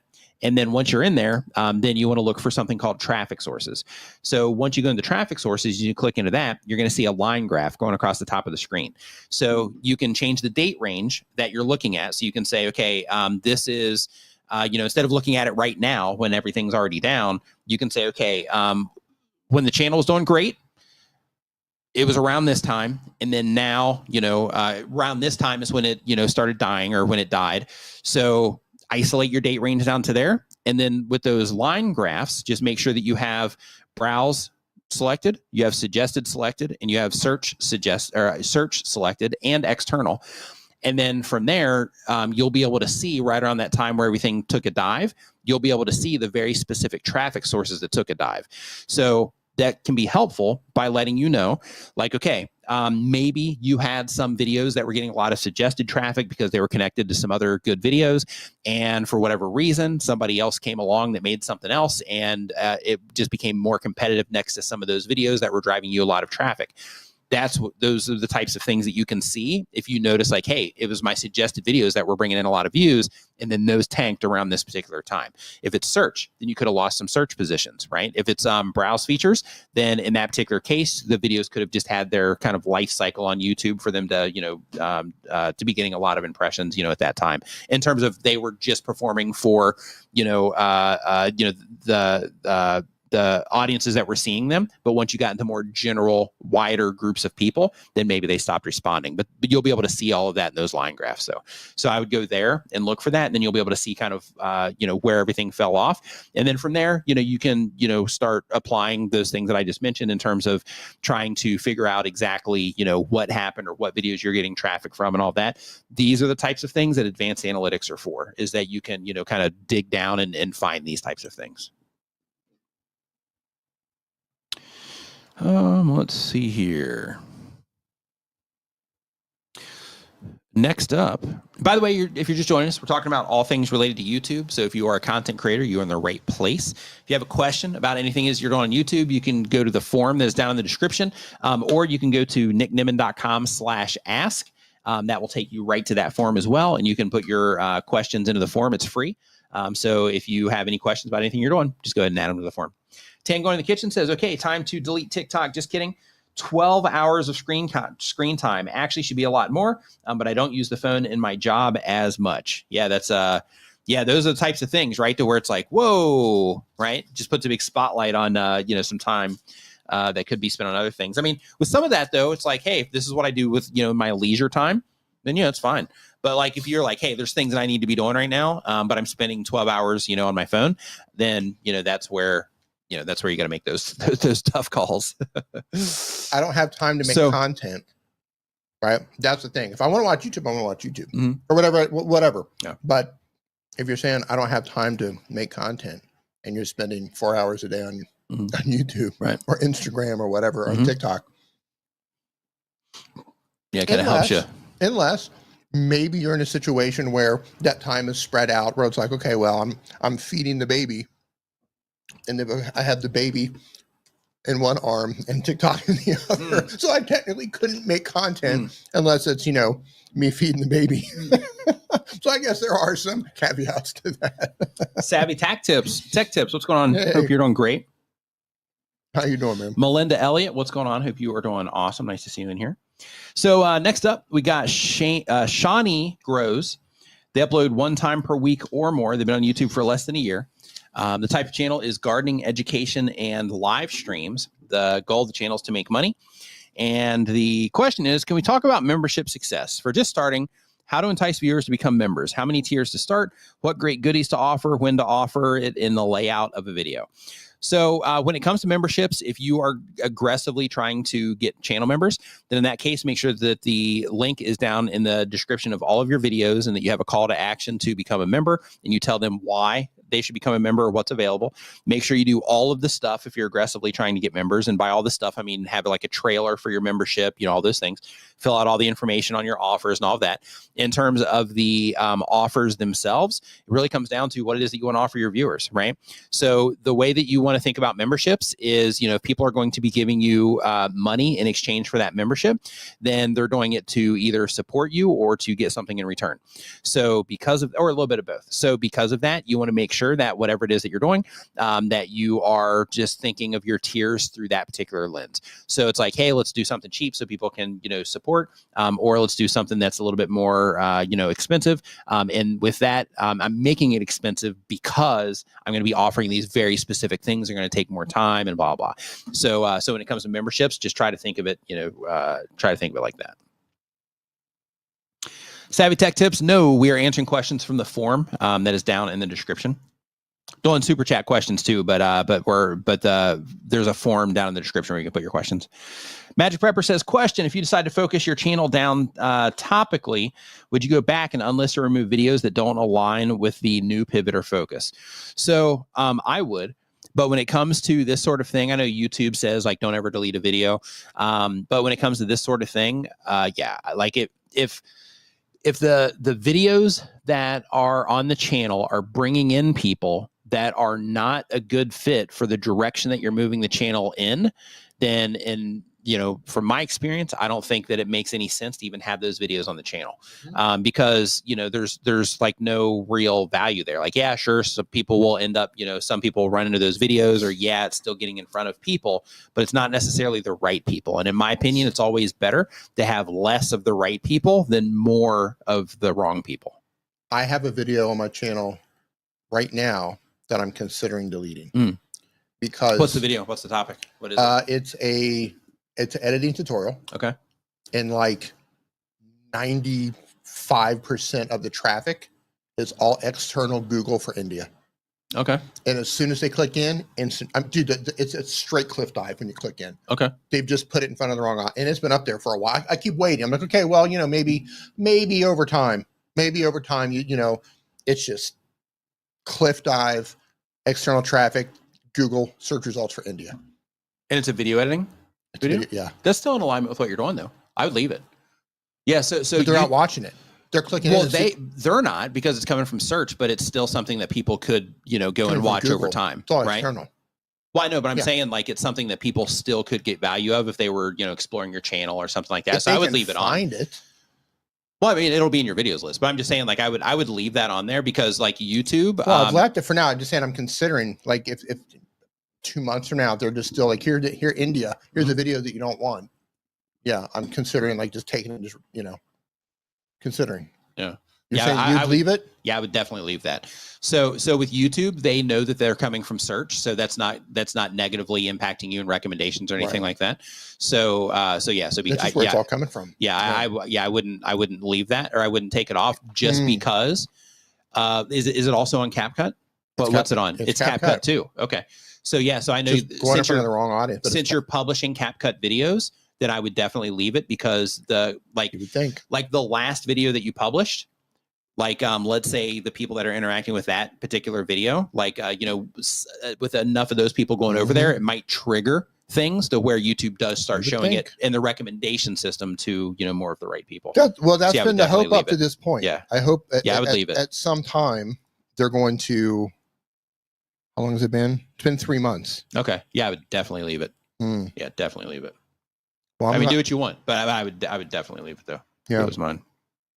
Just because it's still relevant, right? It's very relevant. Like it's like the people that are coming in from search aren't responding to it, but the video itself is still relevant to the people that you're serving, because you're putting out a lot of CapCut videos right now. That's what I've been waiting for. I've been waiting for YouTube to go, oh, this is the wrong. It's the wrong audience. So I'm just like leaving. Okay, I'm just waiting. But here's another weird thing that's happened. So since that video got locked into having so much external through Google, the videos going after that are also getting locked into that as well. So I'm uploading the videos now, and it's just like external. Like all this traffic is coming from external Google.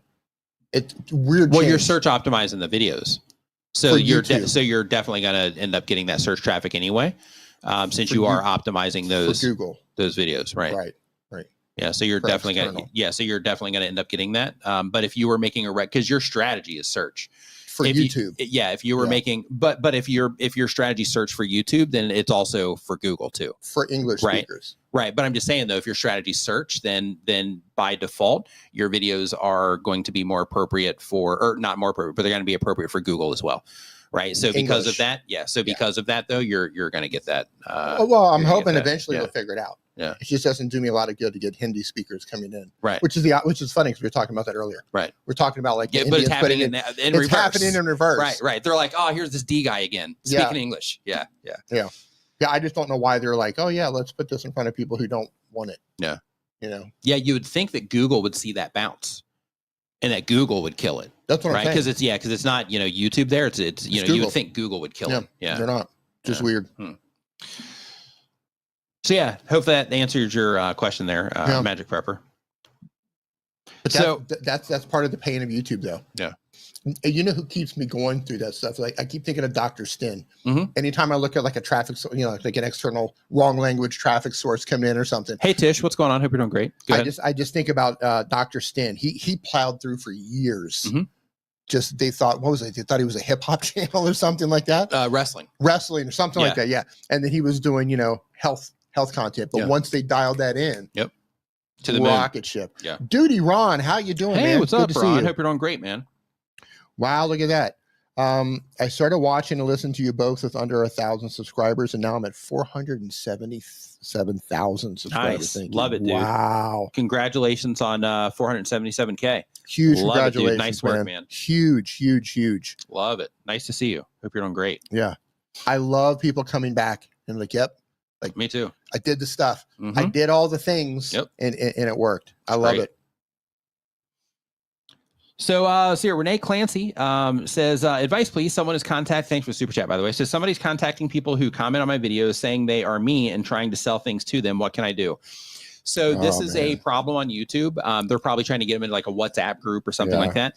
So the very first thing is if they are if they're responding to your own, like in your own comment section, take some of the things that they say and add them to your blocked words list. Just in case you're not familiar, inside of your YouTube channel, if you go down into your settings, so like let's say you're on a computer, you log into your YouTube Creator Studio, down in the bottom left, you're going to see like a little cog. Oh, they're emailing them directly. Oh man. Yeah, there's nothing you can do there. Yeah, the only thing that you can really do there, and it's not going to be effective, but at least it's you putting out that effort, for your viewers. Make a community post and call them out and say, hey, just as a heads up. Post on all your social media accounts. Post on all your social media accounts. Hey, I've got these people that are trying to, contact you and say it's me. I'm not sending you emails. It's not coming from me. So don't respond to those emails because they're trying to scam you or whatever it is they're trying to do. So just put that word out, and then outside of that, there's nothing that you can do to prevent that. Unfortunately, scammers. These types of things suck. Yeah.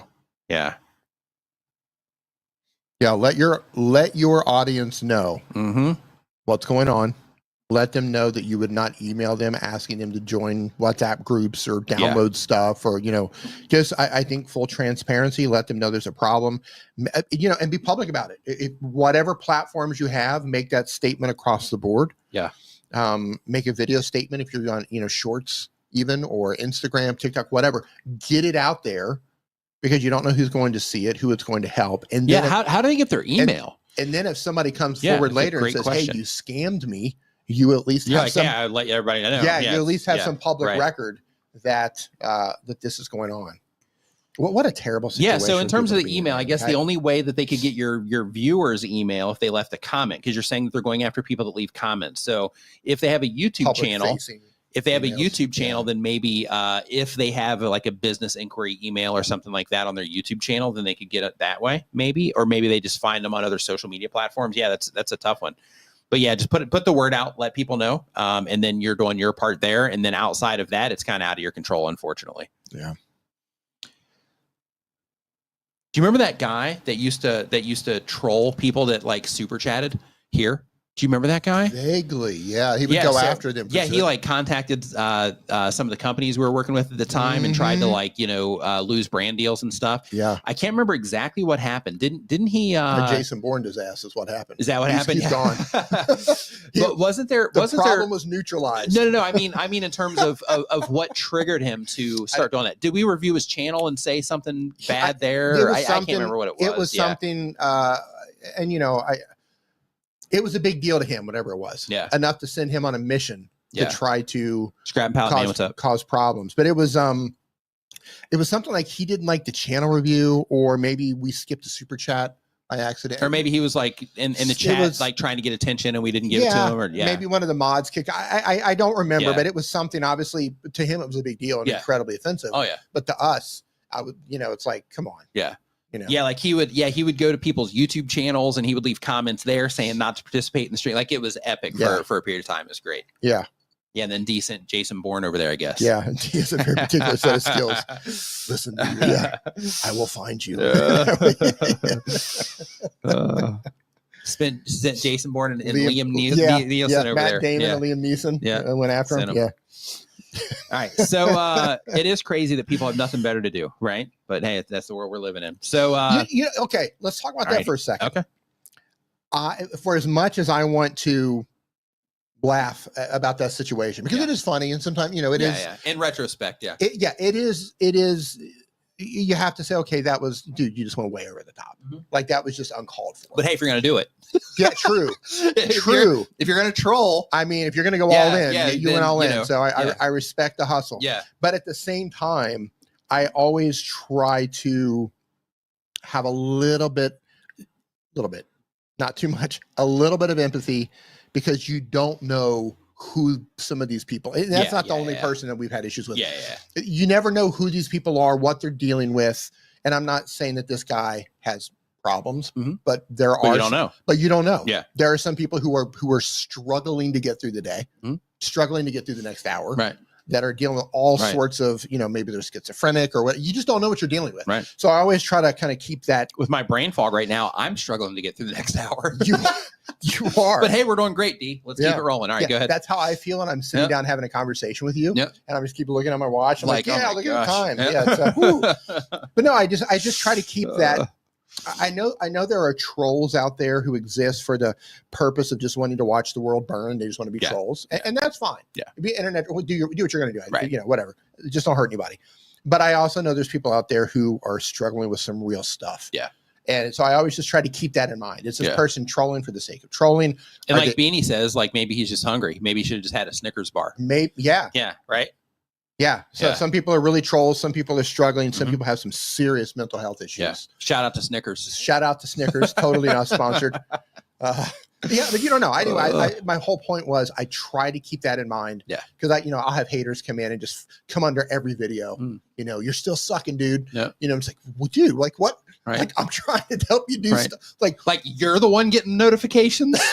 Are you kidding me? It's you, right? Yeah. Yeah. And I'm like. Sending messages to Renee Ritchie to get to his people at YouTube. Yeah. I'm like, hey, Renee, listen. Your notifications are working great, but just for this one guy. Right, right. You're sending notifications to all the wrong people. Right. Oh, it's great. Like this guy has notifications on. Right. So playing the mom game is our next question. She does bi-weekly content, but on YouTube for a year or more. She does clothing review content. And the question is, my highest viewed videos are Amazon clothing reviews. Typically, I'll order a bunch of items of a certain category and show my audience each piece in detail so they can see them before they buy. I'm making money through the affiliate links, but I'm wondering if you have ideas on how to monetize these videos further. Should I reach out to the Amazon brands and ask them to send me samples and also pay me to review their items, even though sometimes they get more negative review? The brands don't always have a clear way to contact them. Or should I just focus on getting sponsorships from some other things my audience would relate to and integrate that into these videos? Yeah, so a few things. So you could put together, and I'm just brainstorming with you here, but you could put together like your own thing where you create some type of like style guide, for yourself that you could, sell as like a download of some kind. You could get brands, that are related to this in some way to sponsor your videos. Hopefully you can get like a long-term, contract or multiple long-term contracts from that side. And if you aggressively go after it, you can, do that.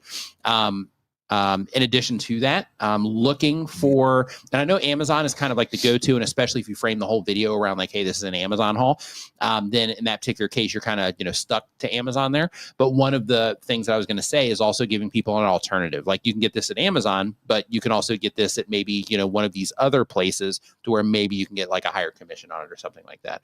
So you could do those sorts of things. But I think definitely working sponsorships into it in some way, if it's for the brands that you're talking about in the video, or if it's for a brand that's just appropriate for your audience, I think getting sponsorships is definitely, your next step, and doing that, just more aggressively and trying to get some long-term contracts in place. And by long-term, I mean like 3 to 6 months, maybe even a year, but just getting some longer-term contracts in place so that one, you can just get like a stable of, brands that you work with, and then you get to develop that relationship with them over time. And then also just continually, let your viewers know about those particular, products. So yeah, I would definitely start doing more of that type of stuff with where you're at right now.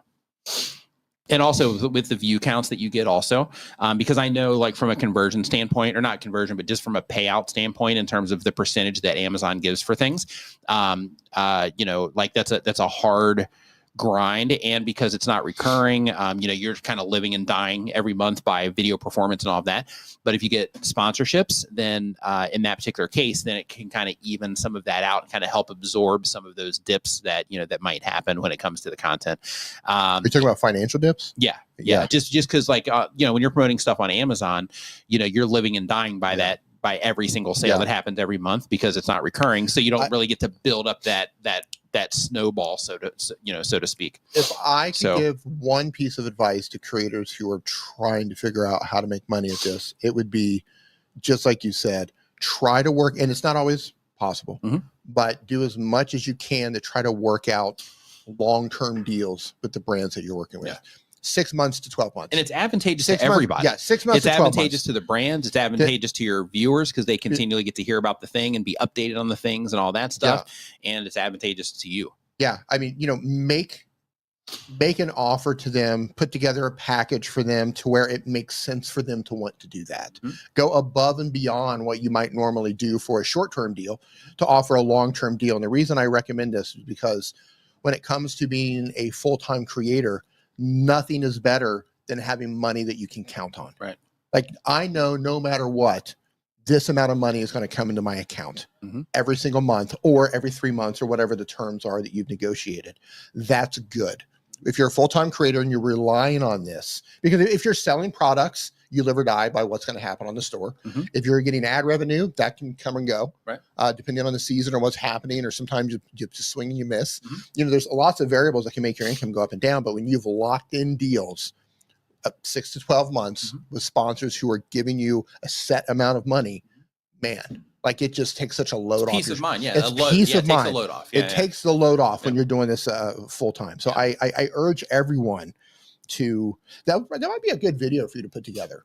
Just kind of explaining how you might work in package. I mean, it's probably going to flop because it's going to be helpful, right? But because that's the way it works, right? Right. Or maybe something to offer the members in a conversation, for channel memberships. Mm-hmm. It's just kind of explain how you might go about putting packages together to offer that to brands. I like it. Yeah, I like it. Something to think about. Yeah, for maybe your channel members. Yeah.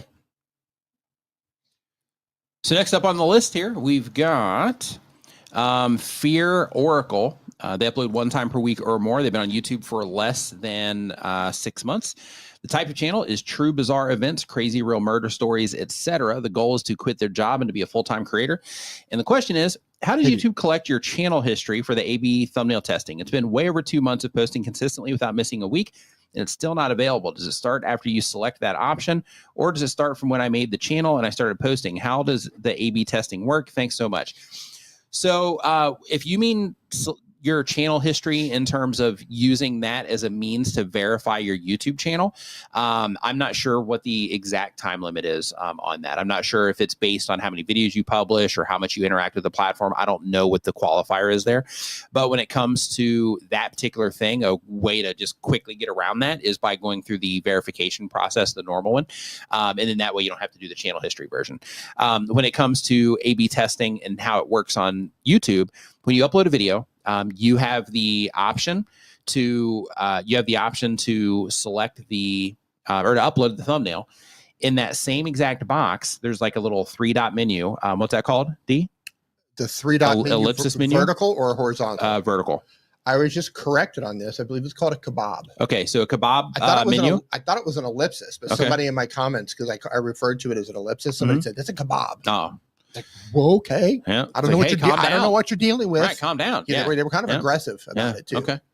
Yeah, it was like, you're like, hey, we're not eating lunch here. Right. And right? Like, it's ellipsis if it's horizontal, but it's a kebab if it's vertical. And I was just like, oh crap. Yeah. That's kind of what I said. Yeah. Okay. So the idea is that when you're uploading your thumbnail, you have that 3-dot menu. We'll just call it that, or kebab. Listen, if you're watching, whoever you were, I don't remember your name. No offense. Get him.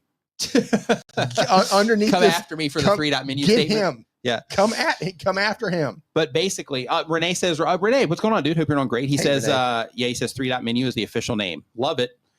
And says you can verify for advanced features. You need to be reviewed for the YouTube Partner Program. So when it comes to that thumbnail option, though, you click on that 3-dot menu, and then it's going to have the option there to where you can do the test. So you should be able to get that as long as your channel is like verified. You should be able to have you should be able to use that. Hey, you have a channel member. Did you see that come in? I think so. Oh no, Vicky Marie Living Life. Welcome to the Illuminati. So when you get the opportunity to. If you are interested in Facebook, go to nimenvip.com. That's going to redirect you to the members only Facebook group. Just fill out the information there. And if you can do that before the stream is over, then I can get you in there once the stream is complete. Also, if you have a Discord, we have a Discord as well. If you're a Discord user, and with that, as long as you are connected to Discord with the same account that you're connected to YouTube, then it's going to read that, and then the option there for that group is going to pop up as well. The advantage of being on Discord, even if you prefer Facebook, is that even though we answer questions on Facebook and all that stuff too, is that there's a very specific organized question area in the Discord, And if you ask something in there, it's actually like a thread that happens around the question. So it just really isolates the whole conversation around that question. So so both of those things are available for you if you choose to use them. And did you also get Melinda Elliott, who's been a member for 28 months? Nice. That's awesome. Thank you, Melinda. Thank you, Melinda. Mm-hmm. Support, showing that support. Yep, that love. Yep. How you doing, Renee? Oh, yeah, this is a good thing to mention. Thank you, Renee, for saying this. So Renee also mentions that the A/B testing is also currently for web only.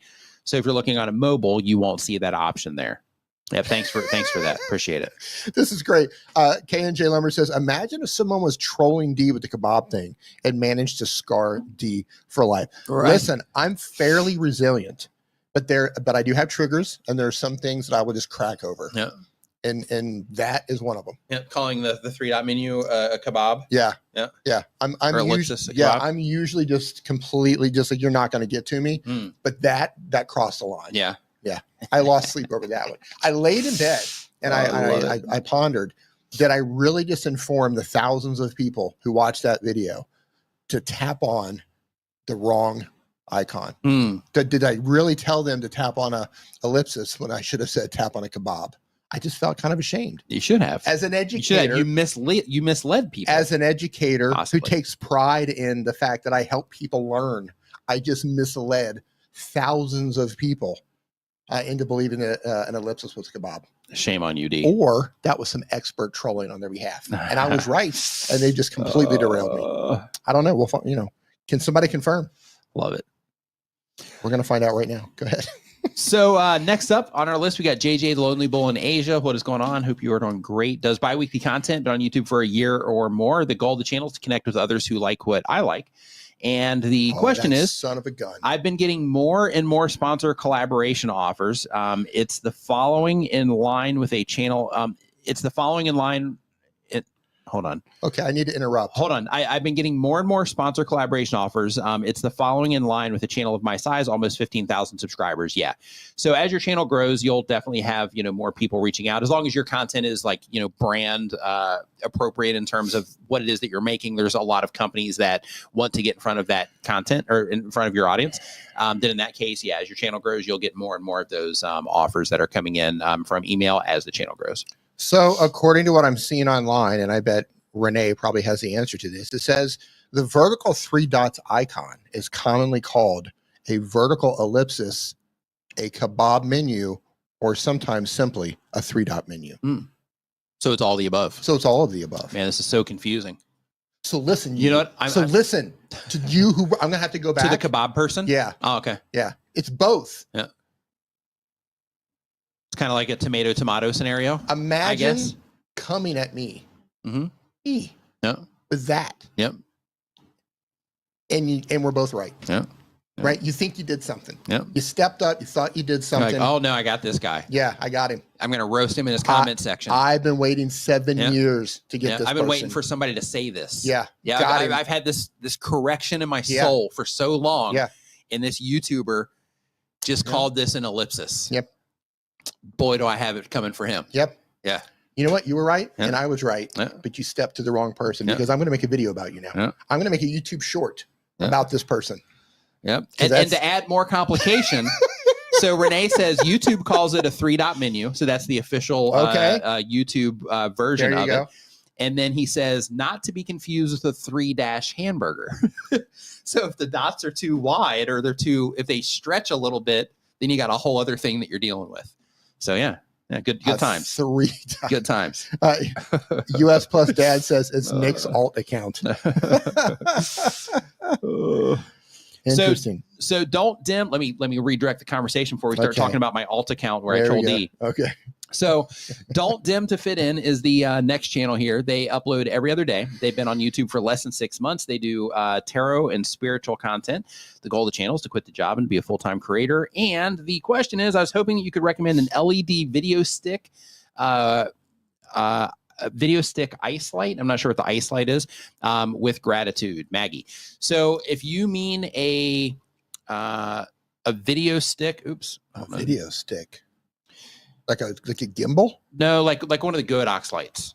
Like a tube light. Like a tube lamp? Yeah, like a tube light. So in terms of a recommendation, I like I can't recommend a specific one, but I can say that I use the Godox ones. They are great. Godex. Love the Godox. Yeah, Godex lights. Does Aperture make one?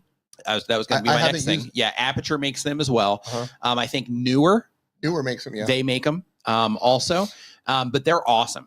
So the reason that they're awesome is because they're battery powered. So you plug them in, right? If they're going to be on for a long period of time, but they're battery powered too. So you can just set them wherever it is that you want and all of that stuff. And in addition to the light, most of them will have a regular light that you can adjust the color temperature of.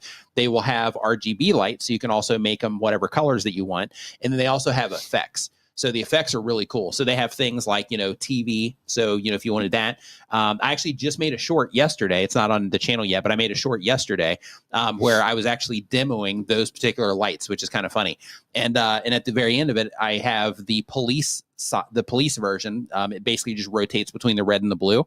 And at the end of the thing, and I'm like, or you can use it for dramatic effect, but I can't talk about that right now because I got to get out of here. Is kind of how I ended the thing, but it can be fun for like that kind of stuff. It has like lightning effects and those types of things, but those lights are really, really cool.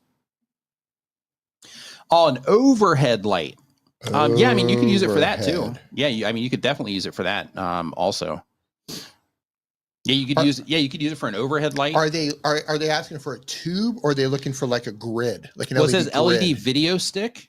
So if you're looking for a grid, like one of those, Dee has one over here. It's an Amaron P60X. That's like a grid. It's like a grid. It's like a square-ish or rectangle-ish type of LED light. Yeah, anything like that is good. But because it's like an overhead light, or like if you're using it as like a back or a hair light, in those situations they don't need to be super strong. But you definitely want to just get something that you can adjust the color temperature, and that will just be bright enough for your area. And of course, if it's soft, then even better. So if it does have some type of like softbox attached or something like that, it can just make things look a little bit more flattering. But if it comes to the actual tubes, though, you can use those for overhead lights too. But the only downside with those is they're not super soft, right? Like it's not like something that you would have like a softbox on, which can make everything. It basically makes the shadows not as harsh. That's kind of the idea with the soft boxes. So it just makes everything look a little bit better. So it doesn't have that particular feature into it, but they're great for a lot of use cases. Let's see here. Next up on the list. How we doing? We got Trader Nick is the name of the channel. They do stock market coverage and trading and investing tips. Goal of the channel is to connect with others who like what I like. And the question is, I'm in the process of better organizing my playlist and optimizing / redoing the thumbnails on strong performing evergreen content on my channel. I do a lot of short-term market news videos, hence most of my video uploads only really collect views from my channel for about 48 hours. I was wondering how much of YouTube's success relies on evergreen content versus short-term news content, and how important it is to go back and test, optimize strong performing evergreen videos. You guys have been absolutely amazing, and I take notes every week. Thank you. Glad that you're enjoying the content. So when it comes to channels, like you don't have to have evergreen content, but it's helpful for keeping things relatively stable. So when you have content where you're just living and dying by news cycles, it can be great because you get to ride trends constantly in terms of people talking about those things at scale. So that type of thing is fantastic. But when it comes to evergreen content, it can just give you like a nice stable base, which is great.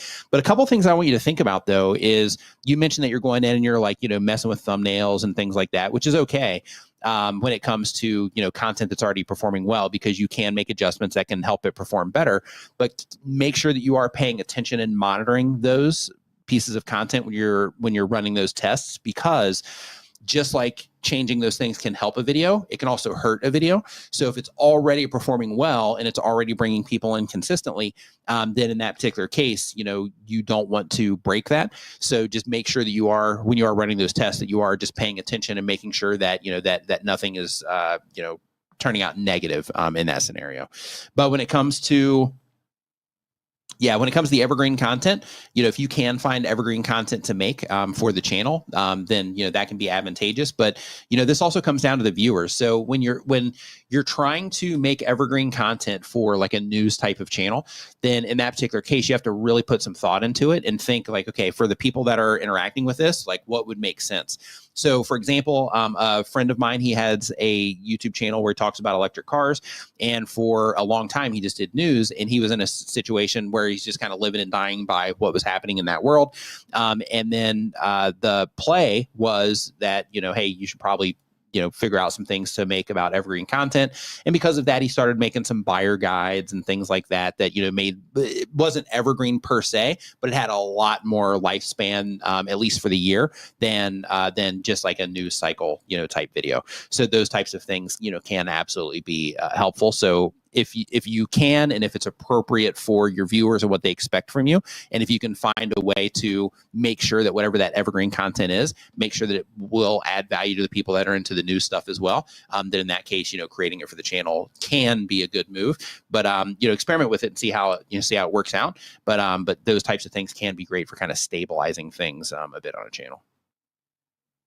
Hey, Dee, will you take this just for 1 second for me? Yeah, I don't have access to any other questions, but I'll be happy to take some questions out of the chat or talk about whatever. Just go ahead and throw them up. Okay. Have to see what is going on here.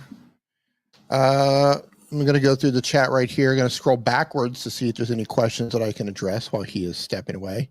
He's probably drinking some coffee. Yeah, so we're talking about the Godex lights here while I'm waiting for some questions to come in. We have a series of Godex, and I think we have a couple of newer lights in here as well. And then we have the Aperture Amaran right here behind us, which is quite funny about that Aperture. I wish I could show you. It's the grid that Nick was talking about. I actually traded, I forget what it was. We were at Vid Summit, and I traded Leela from YouTube. I traded her something. I think maybe it was a Peter McKinnon backpack. I think I don't know if Leela's watching this, correct me if I'm wrong. I think I got the Peter McKinnon backpack for free, because if you go to Vid Summit, they always give out some amazing products to people. You can go to the booths and you can get free things sometimes. And I got the Peter McKinnon backpack, I believe, and she had the Amaran light that she got for free. And it's not that I didn't want the backpack, it's just that I had enough backpacks and she had enough lights. So we did the swap. So that's how I ended up with that. It's a great light. Fantastic light. Chantel says, I have a newer Aperture in Govee. Eric says, Dee, are you going to do any joint efforts with Daniel Battelle in the future? I hope so. I really miss doing the StreamYard show with Daniel. We had a great time doing that every single month. Yeah, I hope so in the future. I know he's really busy. I miss the streams with you guys. This is always so much fun. You guys played very well together. Yeah. I enjoy working with Daniel a lot. He's a great guy. Home Wrap Repair. Dee, tell us one thing about your Mexico trip. Totally unrelated to YouTube. There's so much things I could go into about Mexico, but I absolutely love, and I talk about this with him, I absolutely love, and it's the simple pleasures in life. No matter what restaurant I go to, I can have guacamole every day.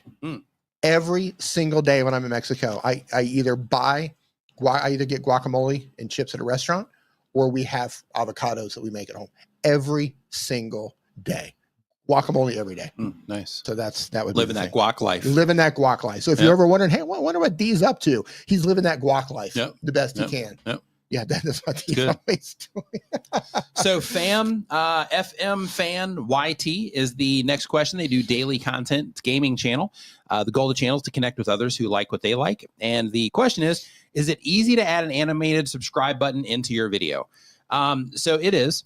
So inside of pretty much any video editing software, we'll just say CapCut, for example, you can just pretty much drag those files in. So I can give you a really quick tip on how to do that. Yeah, go. Yeah, if you've made your own, or you have your own subscribe graphic, all you have to do is pull that into your favorite video editor. Doesn't matter what you're using, pull it into your timeline where you want to put it in there. Go to the animation tab. All video editors have some form of animation. Do an animation in on it. Just select the in, animate it how it's going to come in, just a static graphic, animate how it's going to go out. And then what's going to happen is it's going to come in how you select, and it's going to go out it could ripple in and slide in or fall in or shake in or zoom in, however you're going to set it. That's the easiest way to take a static subscribe graphic and turn it into something that looks what is animated at that point, because you're animating how it comes in and how it leaves the actual image. You just have to have the image. Yeah, there's also a lot of things like online, like a lot of different marketplaces have those types of things. I know that I've got a bunch of them inside of tubertools.com. I know Envato has a bunch of them. With that, you have to use like the alpha channel or like. Well, no, you just grab it and pull it in. Just grab it and pull it in. Yeah, you just grab it and pull it in. So, so they're already alpha channel. They're already alpha. Okay. Yeah, same thing with the ones on like the Envato marketplace and all of that. Some people do them as green screen videos. Then you tee it out. Yeah, and then other people will do it as the alpha channel graphic. Yeah, a lot of options for you there. A lot of services, you can do that.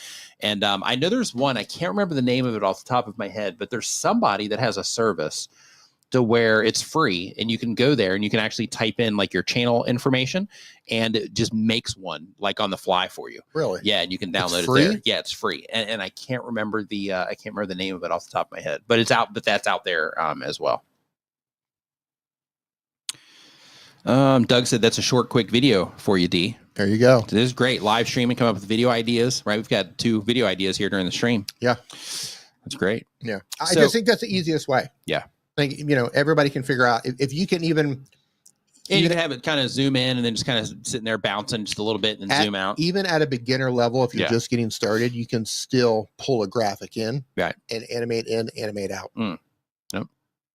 That's it. That's all you need. Easy. Boom. Gregor Brown is our next channel. They do travel content. The question is, do you recommend some YouTube consultants? I've got 85,000 subscribers, growing fast, but really off of my Italy content, which is good.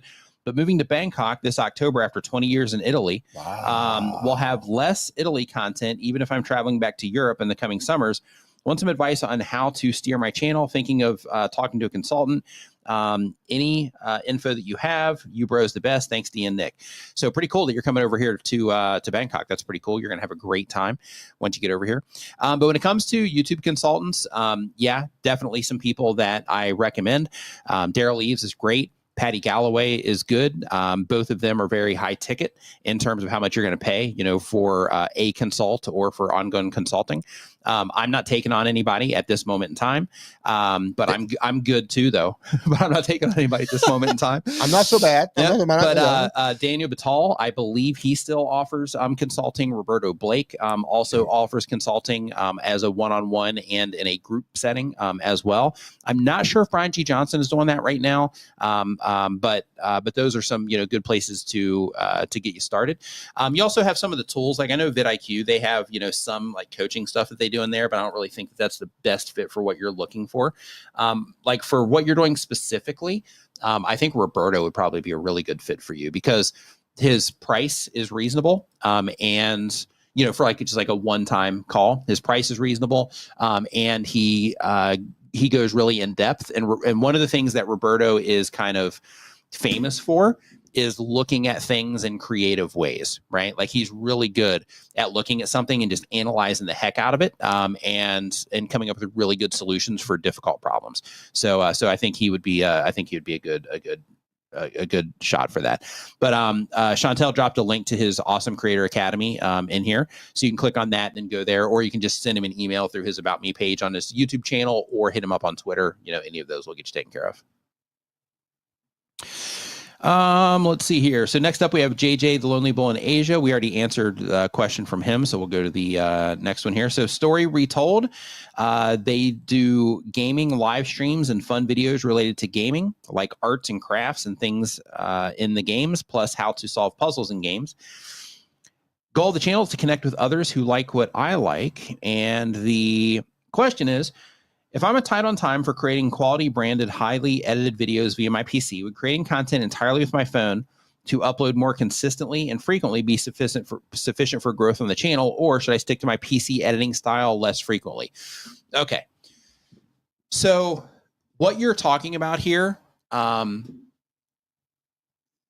there's a a big kind of elephant in the room that we got to talk about when it comes to this.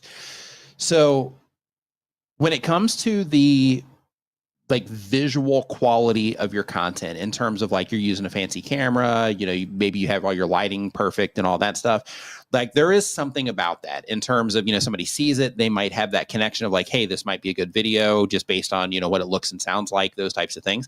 So there is an element of that to it. But at the end of the day, the video quality isn't what makes a good video, right? Like if you, for example, like if you were to take, because we're talking about Peter McKinnon earlier, if you were to take Peter McKinnon and have him make, or Casey Neistat, or anybody like that, and you were to give them just a potato phone that doesn't have a great camera, but it has an okay camera enough to where it's not a distraction, right? In terms of the quality. 7. Yeah, give them an iPhone 7 to where it's good enough, and they'll make an amazing piece of content with it, right? Because they know how to make good content for the people that they're making content for. So if you believe that you can bring value to your viewers with your iPhone, and you can make sure that the content quality is good enough that the production itself isn't a distraction from the video, meaning that it looks good enough, it sounds good enough to where when the person clicks on it, they come into the video, their brain doesn't go like, oh, this sounds weird, or oh, this looks like a little bit weird, or this kind of looks kind of crappy. Like if as long as you don't have those issues, then you should be fine making content on the iPhone. And keep in mind also, when it comes to YouTube, it's not always about like, yes, without question, when you publish more videos, you can learn faster, you can, develop your skills faster, all those things. But when it comes to publishing more content, more isn't necessarily better if it's being put together in a way that isn't good for the viewer, right? So as long as you can maintain a quality standard defined as this is good content that adds value to my viewers in some way, and there are not any distractions when it comes to their production, as long as you can maintain that, then in that case, then making content on your phone is perfectly fine. And try. And I struggle with this too, because I like for things to look a certain way. I like for them to sound, a certain way. So even when it comes to making like vertical content and things like that, like I have to really, like go into like certain parts of my brain to make it okay to not have, like nice looking depth of field, those types of things. So, you can definitely do it with your phone. Don't let the production kind of stand in your way. Think about the viewers, how you can add value to them, and then just make sure that the content that you're making from a production standpoint, that there are not any distractions that will distract people away from the good content that they could be experiencing. So as long as you do that, then you should be okay.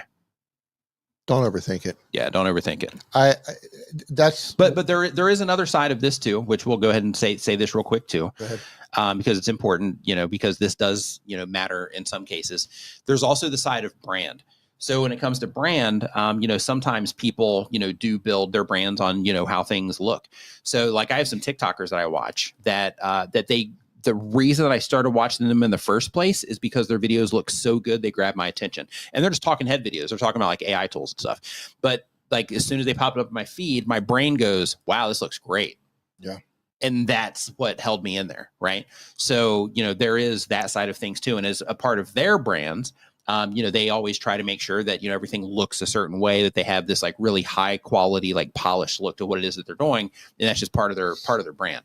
So, there's that element too. So depending on how you're approaching things, that might be something to consider. But if you're like, hey, I just want to publish more videos and just, do this thing more, and maintain that quality level, then in that case, going to your phone's fine. What were you going to say, Dee? Yeah, I think we've reached, I don't think we have, we've reached a point on social media where authenticity is going to win. I think it's been that way for a while, but it's happening even more so now, where even more people are uploading unedited videos, like one take videos and stuff. I think authenticity is going to win out over production. 99 out of 100 times. Yeah. I think if your videos look fancy, doesn't mean people are going to keep watching. Right. And there are situations where, if you're cinematographer, if you're making documentaries, of course, there's a certain look you want to achieve, but that's not what I'm talking about here. I'm talking about just the average person making content on YouTube. Authenticity is going to win out. Yeah. And over time, and I don't know how many videos you made or how long you've been making content, but you will get to the point, and I don't remember what the original question was. What was the original question? Let's see here. Let me go sure back. I'm going in the right direction here. Yeah. So the original question was, I'm tight on time for creating quality branded, highly edited videos via PC. Would creating content entirely with my phone to upload more content frequently be sufficient for growth on the channel? Yeah. Okay. That's right. Yeah. Doing it on your phone and doing it in a very authentic manner, I think is amazing. I was just watching, there's a YouTuber who's been around for a really long time. He always sells courses and stuff, goes by the name of Ty Lopez. Yeah. Sales, marketing, I don't know what. It's the here in my garage guy. Yeah. I'm not advocating to buy his stuff in any way, shape, or form. I've never bought anything from him, but I watch his videos because I'm amazed at how good he is and how authentic he comes across. He's like a one-take monster. And he is a one-take monster. Yeah. Anytime a video will pop up, I mean, within reason, sometimes he does these, 20-minute videos, and I don't have time for that. But if it's a normal video and he pops up on my screen, and if it's him walking or he's in his house and I can tell he's holding his phone or something like that, I will stop what I'm doing and I'm watching. And I'll start just saying, okay, is he going to cut? Is he going to cut? Is he going to cut? How is he holding my attention? And he'll have, hundreds of thousands or millions of views on that video. And it's just him talking to his phone, walking down the street, walking through his house, in his garage. Like it's authentic, and he's great in front of the camera. Yeah. And my point is that wins. Good storyteller too. Yeah. Great storyteller. That wins over the best camera, the best lighting, the best production quality, the 10 people you might hire to build your set. Yeah. Ty Lopez. A good camera doesn't make you a good content creator. Exactly. Right. Give your phone to Ty Lopez, give that phone to Peter McKinnon or Casey Neistat or Ryan Trahan, even probably whoever. Like if you know how to tell a good story or captivate an audience or hold people's attention, if you have something of importance to say, you're going to demolish everyone with $1 million set. Right. And it was a long-winded answer to that, but I firmly believe. So yes, grab your phone and just say whatever you got to say. Do it. Next up, we got Brandon Mitchell Wrights. They do daily content, but on YouTube for less than 6 months. They do weight loss journey and daily life discussion content. The goal is to quit their job and to be a full-time content creator. The question is, I format each video as losing 80 pounds day XX. My videos consist of either lifting and discussing the lift, or on non-lift days, I discuss life, writing, philosophy, nonsense, etc. Is this titling scheme potentially hurting me more than helping? I think the average person that sticks around is sticking around for my talking far more than my lifting. Realistically, at a certain point, I'm just repeating myself when it comes to fitness. Now, a small handful of my viewers have asked me to play a game or start reacting to things. How to best push these into my daily content with my current titling format. Okay, so when it comes to titling format, the losing 80 pounds day, whatever it is, that type of challenge thing is okay. But the downside of it is that, for somebody that's never interacted with your content before, it doesn't matter what day it is. Like, they just want to see your progress, or maybe they want to hear about a particular struggle you're having or something like that. So when it comes to the way that you're titling it, you can definitely do a series, to where you can have like a check-in. Like I wouldn't title every video on the channel that way, but having like a, hey, this is my update for this every week, or a monthly update or something like that, then that's where using that type of, repetitive structure would be a little bit more strategic. And then when it comes to the other videos that you're making, or just, the other videos that you're doing daily, titling those in a way that would also make sense for somebody that's new. So if you are talking about other things, like you mentioned here, that you are talking about like philosophy and nonsense and discussing life and writing and those types of things. So there's a few problems with that. The problems, just to let you know, are that the people that are watching content about philosophy might not necessarily care about writing. People watching those videos might not necessarily care about the weight loss and so on. So you might be creating like a really fragmented audience. Of course, the ultimate goal is that they care about what it is that you're doing, but you know, with everything being topic focused on all these social media platforms, you know, there will be people that are that, but you also got to make sure that you are putting out enough good bait to be bringing in similar types of viewers so that it helps YouTube with their recommendations and all that good stuff. So because of that, like, you know, defining who it is that you're making content for, and making sure that the things that you are talking about, like, for example, you're on this weight loss journey, you've lost like 80 pounds, you're losing 80 pounds. So the people that are watching those particular videos, there's going to be very specific things that they're going to care about, and philosophy and writing may or may not be one of those things. So for example, if I was watching a video about you losing 80 pounds, I'd be watching that video because I'm trying to lose weight, or because your thumbnail, there was something, you know, maybe a before and after picture, and I'm like, holy cow, this is incredible. Let's see what this person's doing, right? So if you were to throw a writing piece of content in there, then I'm not going to care about that. So I'm not going to respond to that. I'm not going to watch it. I'm not going to, you know, I'm not even going to click into it to even know, you know, what it is. If it's, you know, says something about writing, you know, from the outside.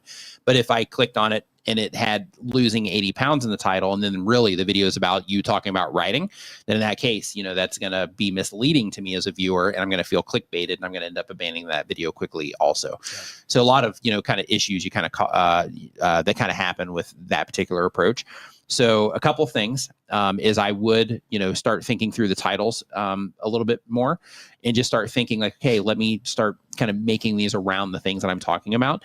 And if you are having all these different like discussions, you can have those discussions, but I would try to work them into content related to a particular type of viewer. So for example, if people are following this 80-pound journey because they also want to lose 80 pounds, then in that particular case, when with the things that you're discussing, talk about things related to that particular process. So then you're helping them along the way too, if that's what they're coming to you for. Because when you start going off on these other things like writing and stuff like that, you start alienating, you know, a lot of people around, you know, that might be coming in for the weight loss stuff, right? So I would just consider those types of things, because right now it seems like things might be fragmented a bit. And I think that it could definitely be dialed in. So I would start doing different titles, with the exception of maybe check-ins or something like that, and then making that around the losing 80 pounds. Another thing that I want you to do as well is go into your stats right now. And this is because of all the variants of content that you're putting. Go into your Creator Studio right now, and they have an option in there for returning viewers, and just look and see like how many people are actually coming back in, you know, every day. And am I getting like a lot of returning viewers, or is most of the people interacting with my content new? And that's also going to tell you, like, when it comes to writing the titles and trying to run that series and stuff like that, if it's, you know, if it's effective or not. So I would definitely consider, you know, all of those things. I'm getting a bit rambly here as my brain's starting to come apart. All right. But hopefully, you know, hopefully that answered your question. So Tony's Tech Studio, thank you for the super chat. It says, hey, Nick and Dee, hey. 2 vids on my channel got wrongly removed for harmful content just for linking to legit Adobe Corel trials. Appeals are denied. Past similar removals were reversed. Yeah. Can you help escalate? So I don't work at YouTube, so I can't help escalate. But what I can tell you is that the very next step that you should do, if you've already had those appeals denied, reach out to Team YouTube on Twitter or on X, and also reach out to Renee Ritchie as well, and just see if they can, you know, help in any way. So, you know, I wish that I had a, you know, button I could press, or, you know, an email that I could send, but unfortunately that, you know, I can't do that sort of thing. I had that happen to me on an old video. Yeah. CapCut, before they were sold, several years ago, they had an option inside of CapCut that you could remove their watermark according to their terms if you did a certain thing. Like CapCut tells you this, remove the watermark, do this thing. So I made a video showing people how to remove the watermark by doing that thing. And YouTube demonetized my video, and then I lost the appeal. I forget what it was. It was for some harmful, or whatever. It was some stupid thing. Yeah, that video was never monetized. And it was like, I'm showing them how to do the thing they taught you how to do inside the app. YouTube's like, nope. Still demonetized. Yeah, sometimes they get it wrong. Yeah, so I would definitely reach out on X, and unfortunately, that's kind of the way to go. So if you've already done it through inside of the Creator Studio, then unfortunately, hold on, and they are just not wanting to review it manually. Yeah. So like, if you know that's that, tough. if you know it's legit, I would reach out to Renee on Twitter and see if he can help in some way. I can't, I can't, promise that he can, because, he has, his limits as well. So, I would just reach out to him as kind of like a last ditch effort. If Team YouTube's already, kind of go to Team YouTube shut it down. first. Go to Team YouTube first. Oh, did he? Yeah. Yeah. So, so I would reach out to Renee and just see if he can help at all. Yeah. So I wish I could do more, but unfortunately, I can't. It's really frustrating trying to get a human to make a decision sometimes. Like, can you just get a human to look at this? Right. Because you'll see within like 5 seconds flat, right, that your system is not doing the right thing. Right. So on that note, we're going to call this here just a little bit early, because like Dee mentioned earlier, from travel and everything, like I'm still waking up like super early. So I've been kind of falling apart for the whole stream, but it's like it's cognitively, like I'm starting to notice it a lot right now. So just to make sure that I keep advice on point and things like that, we're going to go ahead and, call it for today, just about, 40 minutes early. But before I do want to remind you, if you are a new content creator, or if you are a content creator that is, you're kind of hitting the wall right now and you're like, man, I'm doing everything that I can in this moment, and, things still aren't moving for me. I just want to remind you that, YouTube is a learning curve, just like anything else that you're going to do. And it can be discouraging when those types of things happen and you're giving it your all, right now, but it's just not, moving forward for you. But, just embrace the idea that, since YouTube is a learning curve, that, you're just in that part of the learning curve right now. And in order to get past it, it usually comes down to, sometimes it's an understanding thing, but in a lot of cases, it's going to be a skill related things, in terms of like, you learned how to do something better that will get you past, that'll get you past some of those walls. Or you've just been able to experiment and you've come up with, different ideas, those types of things. But just embrace the idea that, hey, I'm just in this learning curve right now. YouTube is hard and it's challenging, but I got this, right? Because you do. Like, it's tough, but, lots of people have a lot of success on YouTube. So it's definitely something that is doable. And I know a lot of people do this, kind of, it's just like a part-time thing and all that, and that's okay too. But I'm just speaking more to the people that are kind of frustrated right now, that are, just like, man, I really want to, get this thing moving a little bit more, but I'm just having trouble right now. Just hang in there. You got this. Embrace where you're at in the learning curve, and keep working on your skill sets in terms of presenting on camera, coming up with good video ideas, copywriting for your titles, making good thumbnails, working on the hooks of your videos, like those types of things. All the things. So on that note, we will be here next Saturday at 9 a.m. Eastern. So make sure that you swing back by for that. Make sure you hit the subscribe button on the way out if you are not subscribed. Make sure you hit the like button on the way out if you are. Have a great rest of your weekend, and we will see you next time. Dee, good stream. There you go. Great stream. Yep. Cheers, everyone. Yep. Take care. Have a good one.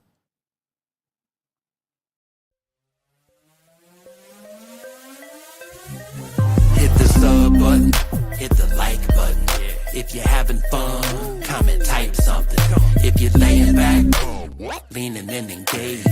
Just take a second to smash the whole page.